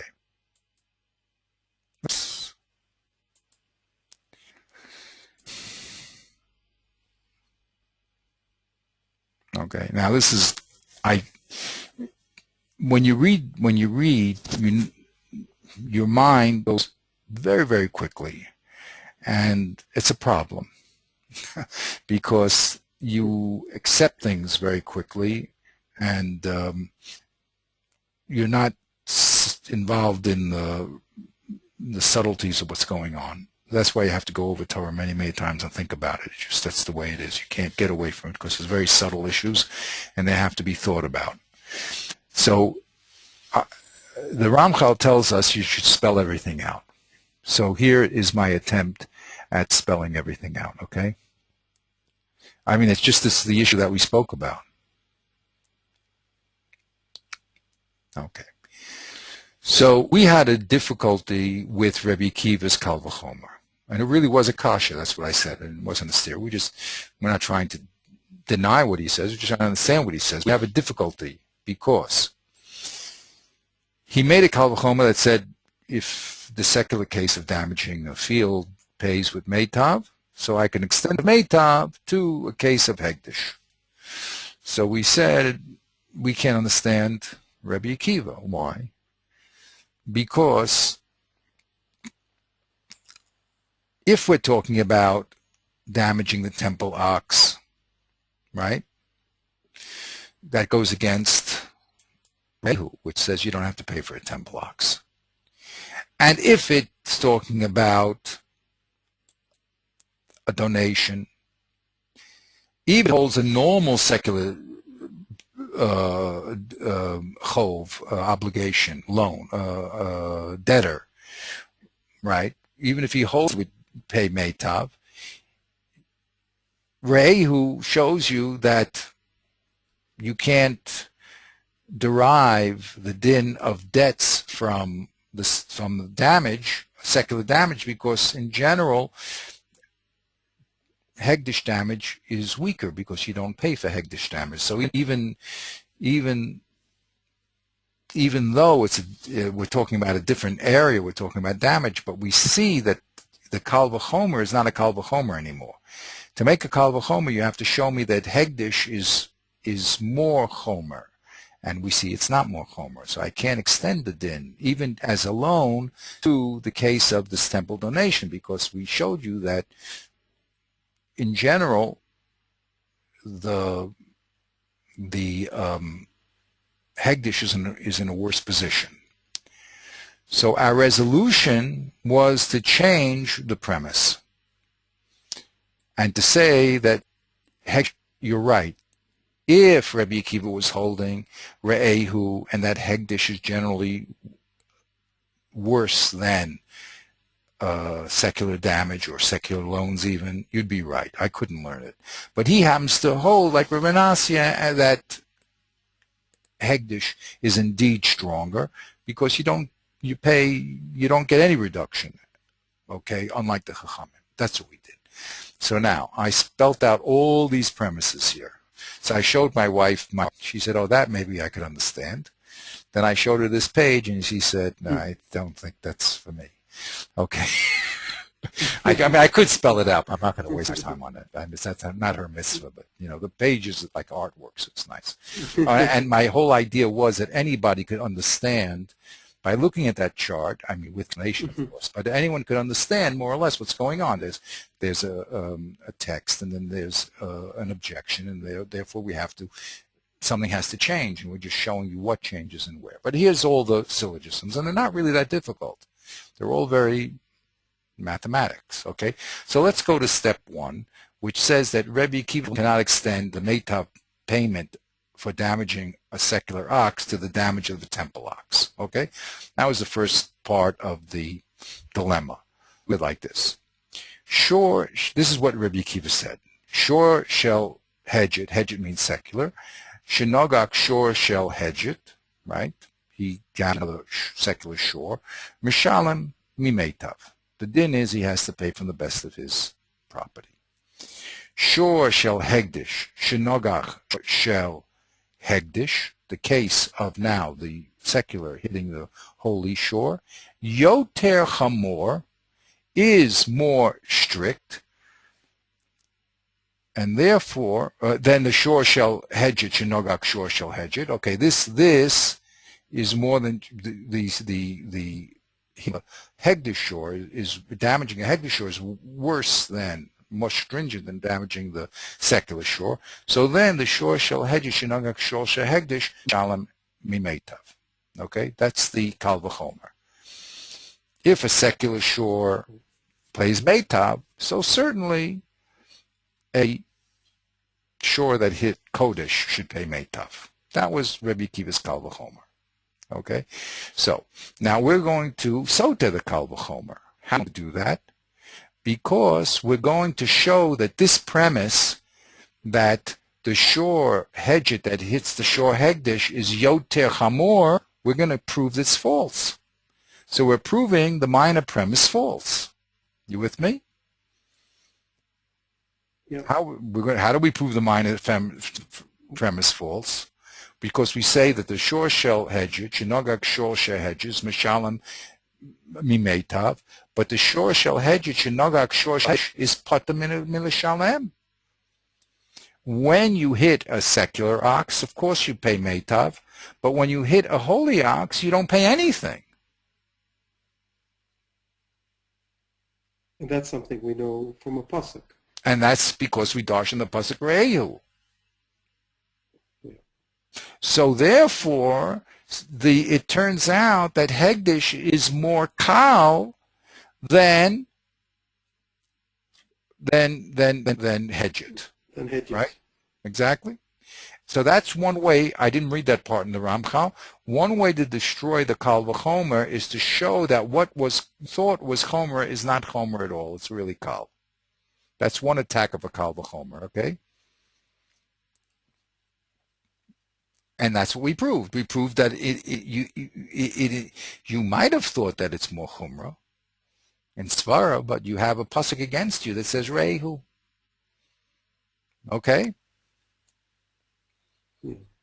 Now, so then we switched tact. We said, okay, so we can't. Rebbe Akiva's statement could not be talking about a secular ox damaging hegdish because it doesn't work. Because you can't extend the kal v'chomer that way because it's not more chomer, it's more kal. So maybe we said he's talking about a temple donation. Just like you pay, or not, excuse me, since you pay mating a secular ox, you must certainly pay metav when paying for a temple donation. Okay? That's what we said. So here's the hekesh. Shor shel hedget shenogak shor shel. Our classic case is mishalam metav. That's our given, right? Now we want to extend it.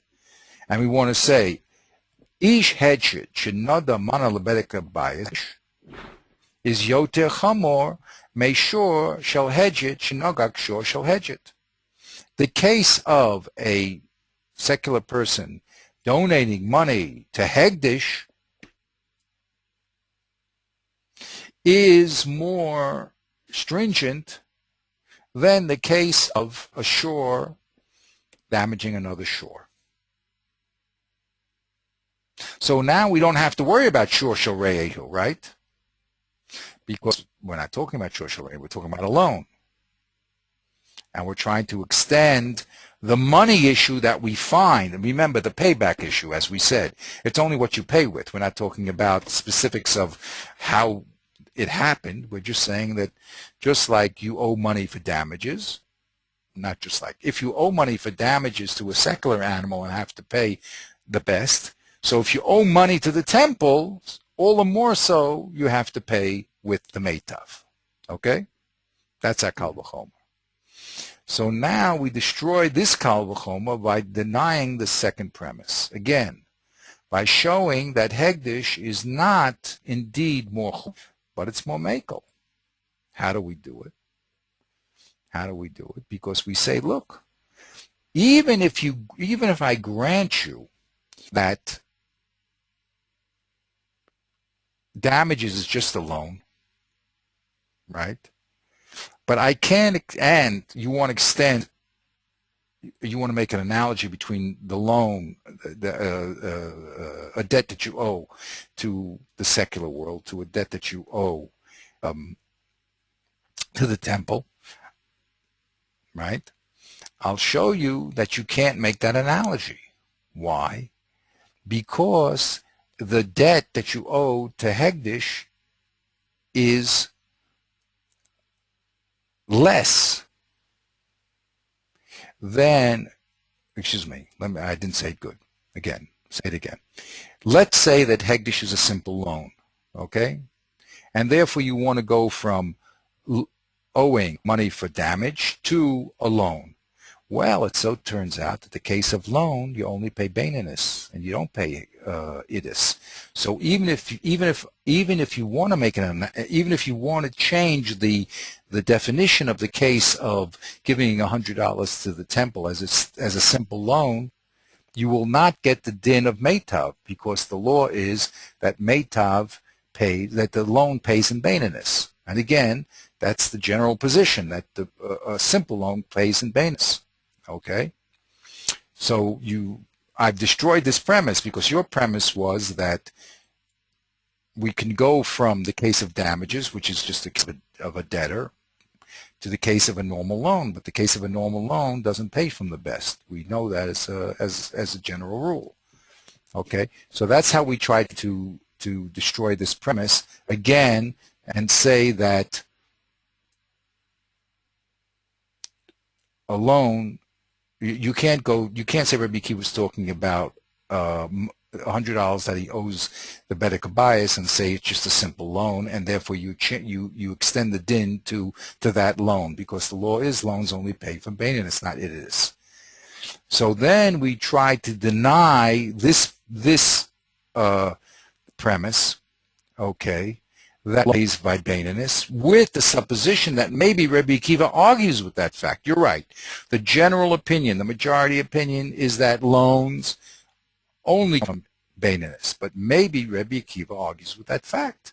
And he'll also say that a loan can be learned from, a secular loan could be learned from damages. Since damages is a loan and you have to pay with meitav, a secular loan also he would maintain that you pay with idus and not baininess. And maybe Rabbi Shmuel holds baininess, and maybe the Chachamim hold baininess, but he holds that you can make that analogy. So the Gemara now denies that premise, okay, but this is going to disprove this disproof. In other words, we wanted to say that you can't say that the ox is greater. It's baininess. Now we want to remove this baininess and say maybe he holds idus. So the Gemara says, even if you hold that, you still will not be able to rate the law of meitav to our case of the donation to the temple. Why? Because the universe of Hegdish is generally weaker than the universe of secular loans. Even if a secular loan does pay idus, and we're going to learn it from the case of damage, which is just a loan, it's just another loan that you own, but still the case of Hegdish is always weaker, even in loans, than a secular loan and a loan that's coming from damage. Why? Because we see that it doesn't pay half damages, that the Torah is very machmir on it. So you can't generate that the din of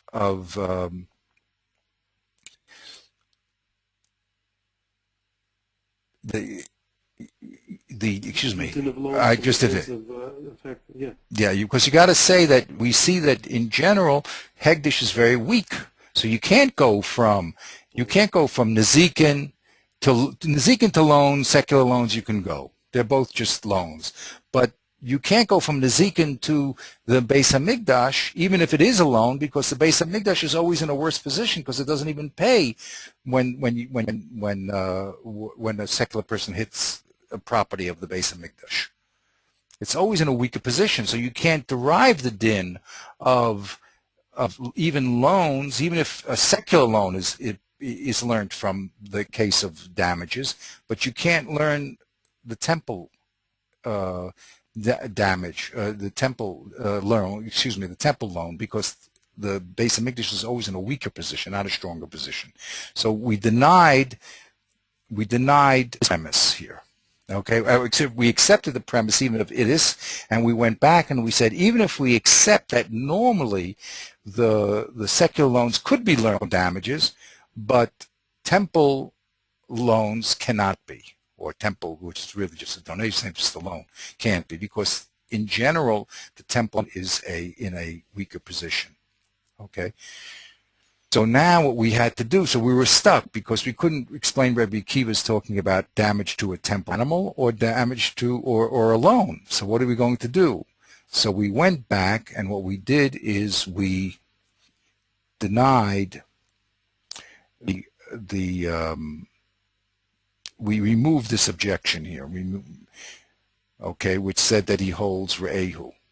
The only reason why we said that that damage to a temple animal is weaker than damage to a animal is because of the pasuk Re'ehu, right? So we now say, well, he doesn't hold that. He holds with minority opinion. And therefore, that you do pay for secular damage, for holy damage, and not only do you have to pay for holy damage, you don't get any reduction. So you see from there that holy damage is much more chumrah. So we reinstated the proof. Take us back. Right. So in effect, when we put Rebbe Akiva with the minority opinion, then actually the last option here that he says that we can't, in a case of hektish, we should pay with idis. So that bolsters that opinion, exactly, right? Exactly. Because our original objection, let's go back to the original objection. This was the objection. We wanted to prove, you see, we started out with the premise that damaging is more chomra than damaging hedget. That was our original premise, right? Yeah. But we said that premise doesn't hold us your putter when you damage hegdish. So how could you ever say that you're more chumrah? How could you, if we're talking about the case of damage, you're always putter damaging hegdish. So what are you telling me it's more chumrah? It's more kula. When you damage a secular ox, you have to pay. But when you damage a holy ox, you don't have to pay. So the kal v'chomer doesn't make any sense. Not only it's not a kal v'chomer, there's no derivation at all from the hurting the secular ox to the holy ox, because the holy ox doesn't pay b'chlal. Okay, so we destroyed the whole essence of the kal v'chomer by saying it's just not shaykh, it's not relevant to hegdish. You want to say it's more chumrah. It's not more chumrah. It's not relevant. You don't pay at all. Forget about paying meitab. You don't pay at all. So this is the premise. What was this premise based upon? You see, what was this premise based upon? The way we destroy the original kal v'chomer is by saying that not only is it not a kal v'chomer, you don't pay anything when you damage a holy cow, a hegdish cow. Mm-hmm. So that's why originally we abandoned the fact that the explanation of Rebbe Akiva had anything to do with damages, and then we went to loans and we tried to do it there. But it was all based on this starting point, and the reason for that starting point because that was the majority opinion.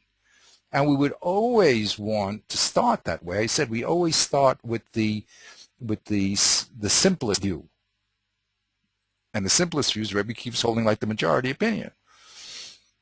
Now when we're forced, logically forced to abandon that view, so of course we're going to do it. And if we didn't find anyone that held that, then we'd just be stuck. We wouldn't know what he meant. Okay? We'd say, look, we just don't understand what he means. But here, what we've done is we started from the simple pshat that he does hold a majority opinion that you're putter for hegdish, because that's what Re'ehu tells us. And we then tried to change the case to loans, and we saw that also failed.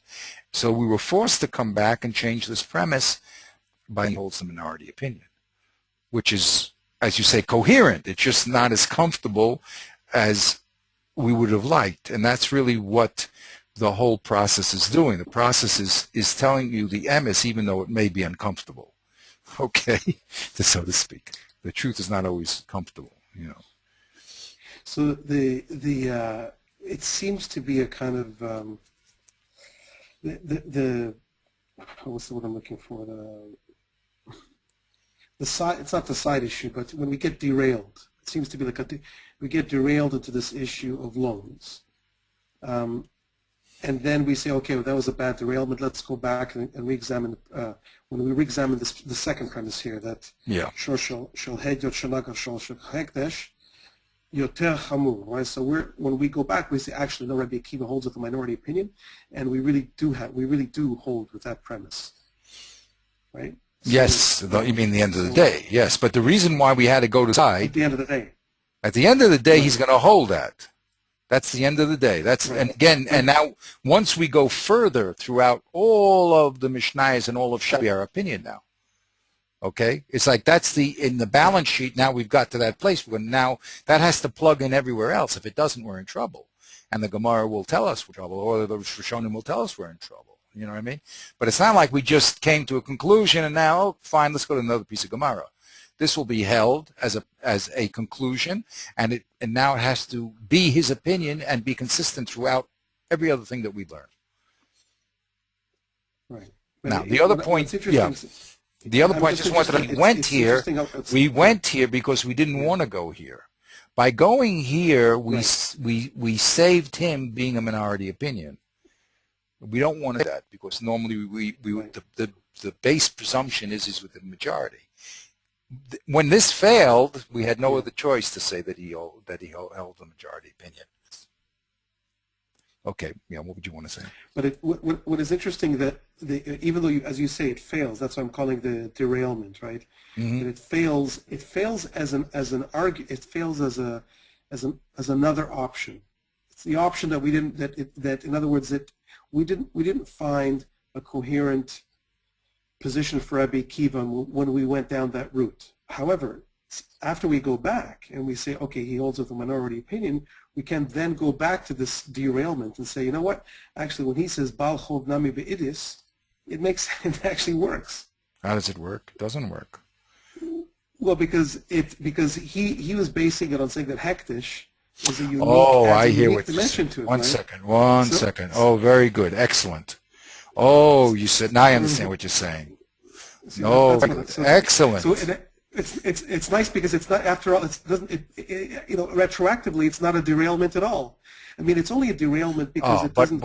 Okay. By now you're asking very good. You're asking very good. You're asking very good. Yeah. But look also at the let's see, the balance word, right? It's true that you saved this position right now, right? Because your whole idea is why couldn't it be a Baal Chov? But remember, the stated that Rabbi Akiva holds a Baal Chov's Be'idis. That also was not the simple Peshat. That's also a Dochek. Right, because you're saying in general. Right, yes. Right. In general, so we would rather, now in other words, so we would rather really keep Rabbi Akiva in Baininus and not push him to Idis in Baal Chov. I get it. Okay, nice. Okay. Right. And when we're talking about, in other words, including both Hektish and, like Baal Chov does not include Hektish. It's a generic. No, it's a generic. It's a different. It's a different universe, really. Baal Chov, Hektish. Right. Which excludes Hektish or includes it? When we say that it's a general category, does it include Hektish? Very nice.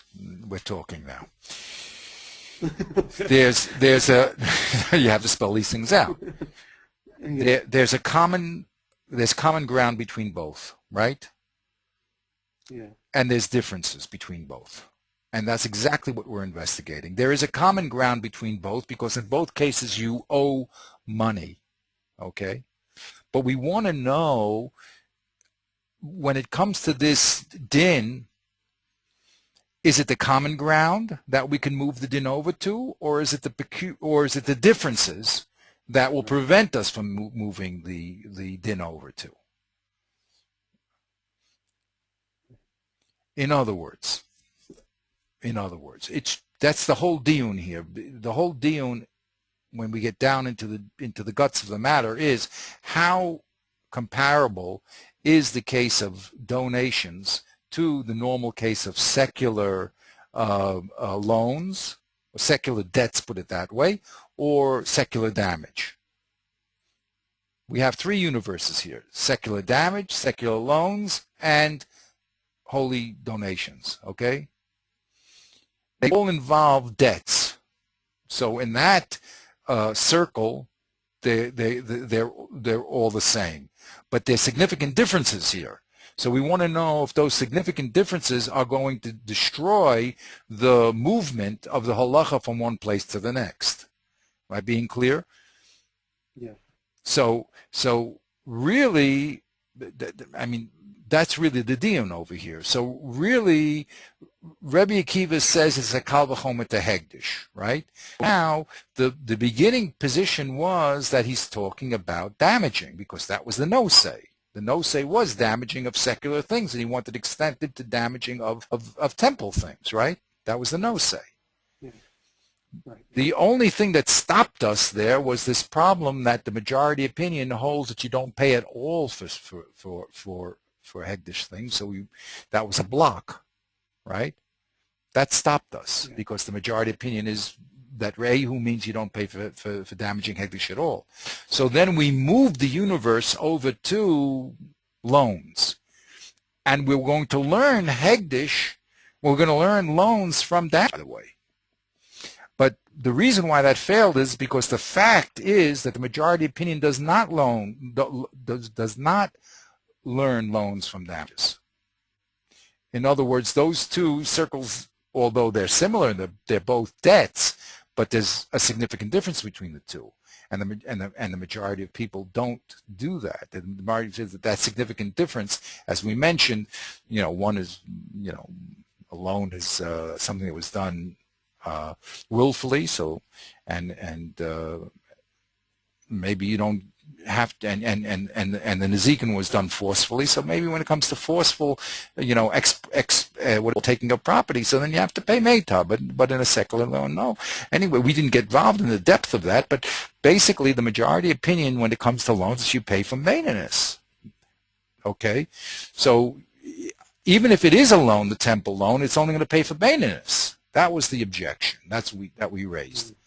We said, well, maybe there's a possibility that Rebbe Akiva will learn from damages to secular loans, because they both are just paying, back debts. Maybe he holds that. So we said, even if you grant that premise that you can learn from damaging hegdish to secular loans, because they're just loans, I'll still show you that the case of hegdish is weaker than both of those things. Or at least, let's say, weaker than the source, because the source is damages, and we already established that the majority opinion holds that you don't pay for damages at all in hegdish. So even if you tell me that secular damage pays meitav and secular loan pays meitav, but it shouldn't extend to hegdish, because that's much weaker, because they're your putter completely. So at that point, what we did was we went back to our original hekish, and we had to admit that Rebbe Akiva does not hold that there's a patur in hegdish. And we said he actually holds with Reb Shimon ben Nassia that hegdish has no patur for chetzi nezek, and therefore you can learn from damages to hegdish kol shekain in the same field, because you're not going to be patur, you're actually going to be chayav. Now you said, wait, now that has now a hashlachot, that has now a consequence in this case, because our only objection to removing this position was that this premise existed over here, that really hegdish is weaker. But to tell me you're changing and hegdish is stronger, then you could tell me that also in a case of mana to the temple, right, giving a loan to the temple, now you should be able to learn from the case of damaging a secular thing, because you don't have the objection anymore that you can't learn from damages because hegdish is weaker. So I said to you, wait a minute, hold on. Remember, this position was also a weak position, right? Because it was based on the fact that Rebbe Akiva holds that in loans you pay idus. That's not the majority opinion. So although theoretically we remove this objection, and this is a possibility, and it could also extend to loans, we still might have the objection that that's not the majority opinion, and the opinion that it doesn't extend to loans. So in other words, it could extend to damaging hegdish, but not to loans, because loans you can't learn from here. In other words, you could learn from the source of damaging an animal, but you can't learn loans from damaging an animal, because loans are indeed weaker than damages, and damages are stronger than secular damage. Okay, I said a lot over there. Yeah, go ahead. Go ahead. No. I think I followed what you're saying. Very good.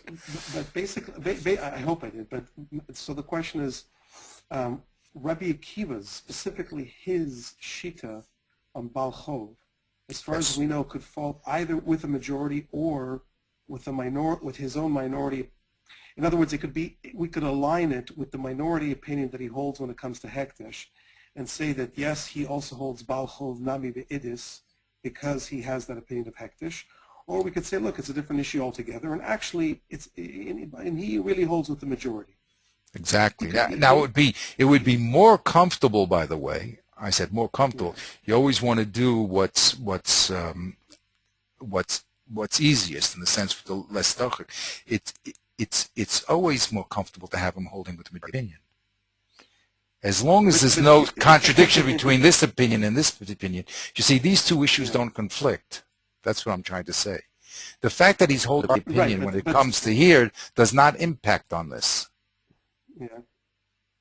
Right, but it's interesting you say it's more comfortable, but if he's already uncomfortable, in the minority opinion, is there a reason to make him comfortable in the other? Like, does he have to be comfortable? So we learned today. I learned today. If a person has bad breath, should eat more garlic. Exactly. So he's already uncomfortable. So let him say Bal Chov Nami Be'idus. No. You're learning just the opposite way. That you're learning. So you're saying, what's the difference? You always have bad breath. But don't add to your bad breath. Exactly. So we as a default position, we want to say, look, comfort means that whenever possible, hold with the majority. And if he has to hold with the minority, fine. So localize the case. Say he only does so in this one position. He only has bad breath, and don't give him any garlic. Exactly. That's it. Okay. All right. I mean that would be perfect. In other words, when we come down to the halacha, you see, we would that's what we would rather say. I mean, why make him?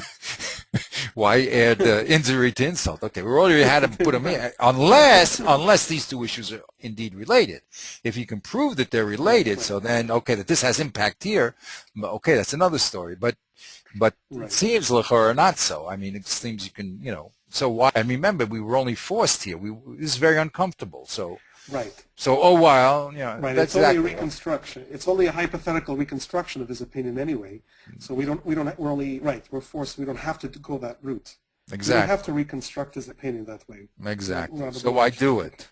We're not obliged to. So why do it? Okay. Okay. So this was a very valuable discussion.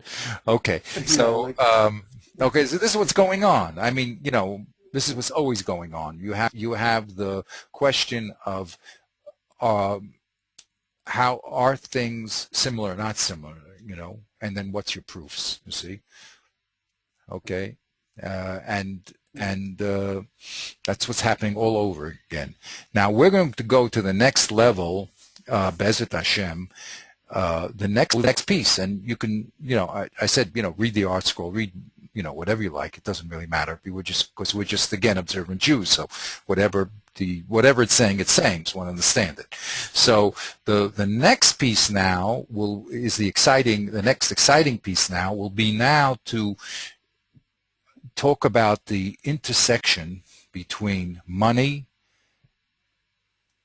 Meitav Karka, and the third issue, which is Metaltalman. And that's going to be exactly next in our balance sheet now. Now we've came to the conclusion that we're talking about paying back money. Now we have a problem because it's going to be that this din is not going to be consistent with the din of another din, which is Shava Kesef. In other words, we're going to learn that you can pay back with Kesef or Shava Kesef. Shava Kesef means anything that has value. So as long as I give, when the Torah says an extra word, Yoshev, as long as I give someone the value of the damage, in other words, not money, but something that has the value of the damage, I could do it. So now I'm really stuck, because why all of a sudden when it comes to land, I can't give Baininus or Ziberis. That has value. So now land becomes an odd man out here. So there's this, again, this conflict, and we're going to have to now resolve it. We have four different resolutions of that. So that'll be the next piece that we involve ourselves in, okay? And then once we get that basis, then we can start moving further into the Shulchan Aruch and going, down the line and see how these things are handled. These questions that you're answering, halacha, how do you hold in Rabbi Akiva, how do you hold here in Beinus, these are all very, very exciting positions that are all discussed. And once you're clear about the issues, so then you understand what people are talking about, because everybody's just as rational as you can be, and also as informed as you can be, which is very, very beautiful. Like they know all of Shas. I mean, can you imagine Rabbeinu Tam? He stood up in front of 70 people, top scholars, not only in the broad understanding of all of Shas, but they were, each one had a what do we call that? An expertise in one Masechet. And he stood up and he gave presented a piece of Gemara and accepted gleefully objections from all over Shas. So whatever he said now, imagine that, he had to fit in with the whole matrix. If it wasn't, then these guys in general and in specific would tell him, hey, what you're saying here conflicts this, So that's what's going on. That's the level of these people discussing. So we're going to have a lot of, we don't know all that information, but they're going to bring it to us. And at this stage, we're going to analyze it, understand it, and we're going to watch it. And as you become like any skill, as you observe it and do it, then you become better at it, and you understand what's going on, and then whatever your chilek can test what it is. But that's the first thing, is to be consciously aware of what's being done, and that's really the piece that I'm trying to, because I find a lot of times, or many times, or a few times, when I speak to people, since they don't have these tools, they're not consciously aware of what's going on, and they say things which, the person will say that the Gemara is not orderly, you see,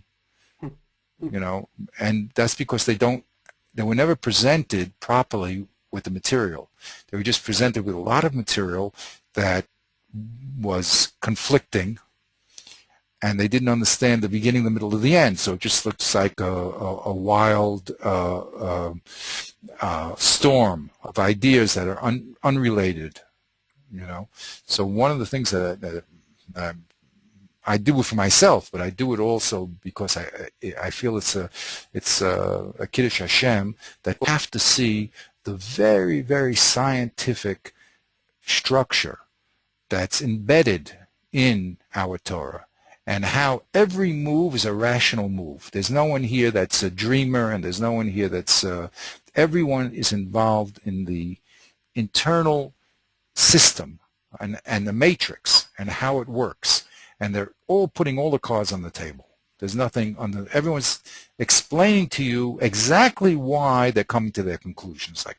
Like over here, every step's explained. We could have just had the mission said, "This is it. This is what he says." But since it's a Hiddush and it has to be, it's all put out on the table. If you want to disagree with one of the steps, you're welcome to do it. Okay, but it's all here. That's what's so beautiful about it. It's there, and it's up front. And the question is learning it, and it's all all very rational. It's super rational. No one here, as I said, is not being logical. They may argue about, as we said, what is the push and the pull, the svara, but no one's going to say silly things here, not at this level. It's like, you went to some sort of advanced course in physics and the person that had to add or something. Just 2 and 2 is 7. That's not going to happen.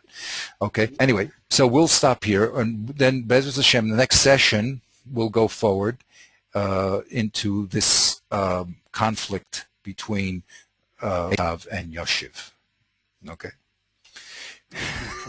Okay.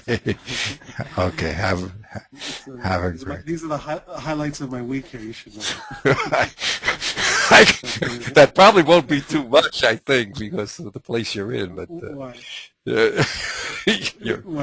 You're in a horrible place. Between the country. Vienna? I don't like that place. Yeah, I know. I'm sure you don't like it either. I don't. It does not have a very history, I must say. No, I was born after. It's wearing me down, actually. Yeah, it's not even. The truth is, it's not even the history. It's just walking down the street, and the stares that I get. They're just. It's getting to be very heavy. You're a freak. You know what I mean? You're a freak. Total freak. You know what I mean? Yeah. And who needs it? They're the freaks. Yeah. So you have to get to a place where you're. I have to get to bite the gun. Exactly. I have to get to bite the gun. That's right. You know what the guy? I remember the guy said. He said the anti-Semite said to him. Oh no, that wasn't the story. Oh, forget about it. Doesn't matter. Whatever it is, you have to get the bite the gun. It'll happen. If you want it, it'll happen, and that's it. After daven to Hashem, it'll all happen in good time. But that place has to be left. You have to leave that place. I have a cousin that was in the worst place. He was in Germany. I also told him, get out of that place. I mean, how could you even walk down the street? When I was in Europe, I had to go through Germany. I didn't spend one penny. I'm a total. You know what I mean? In my book, what they did will never be erased, will never be excused, and all that stuff that they say is a lot of baloney. Someone said like this. They said, if a person had like a relative in his family that was a murderer, right? So he'd be embarrassed, right? I mean, if someone should find out that a grandfather or someone actually murdered someone, he'd be like a little bee. He wouldn't go telling people about it. You got a country there where they're all murderers, mass murderers, and everybody's happy. No one cares. Everyone's wonderful. Oh, yeah, that was history. That was something. You know what I mean? Anyway, you should have a bracha tzlachah. Mashiach's on his way, that's for sure. Okay, be well. Have a great evening. We'll see you Wednesday, Bezrat Hashem. Yeah, that's for sure. Good week. Short. Good luck.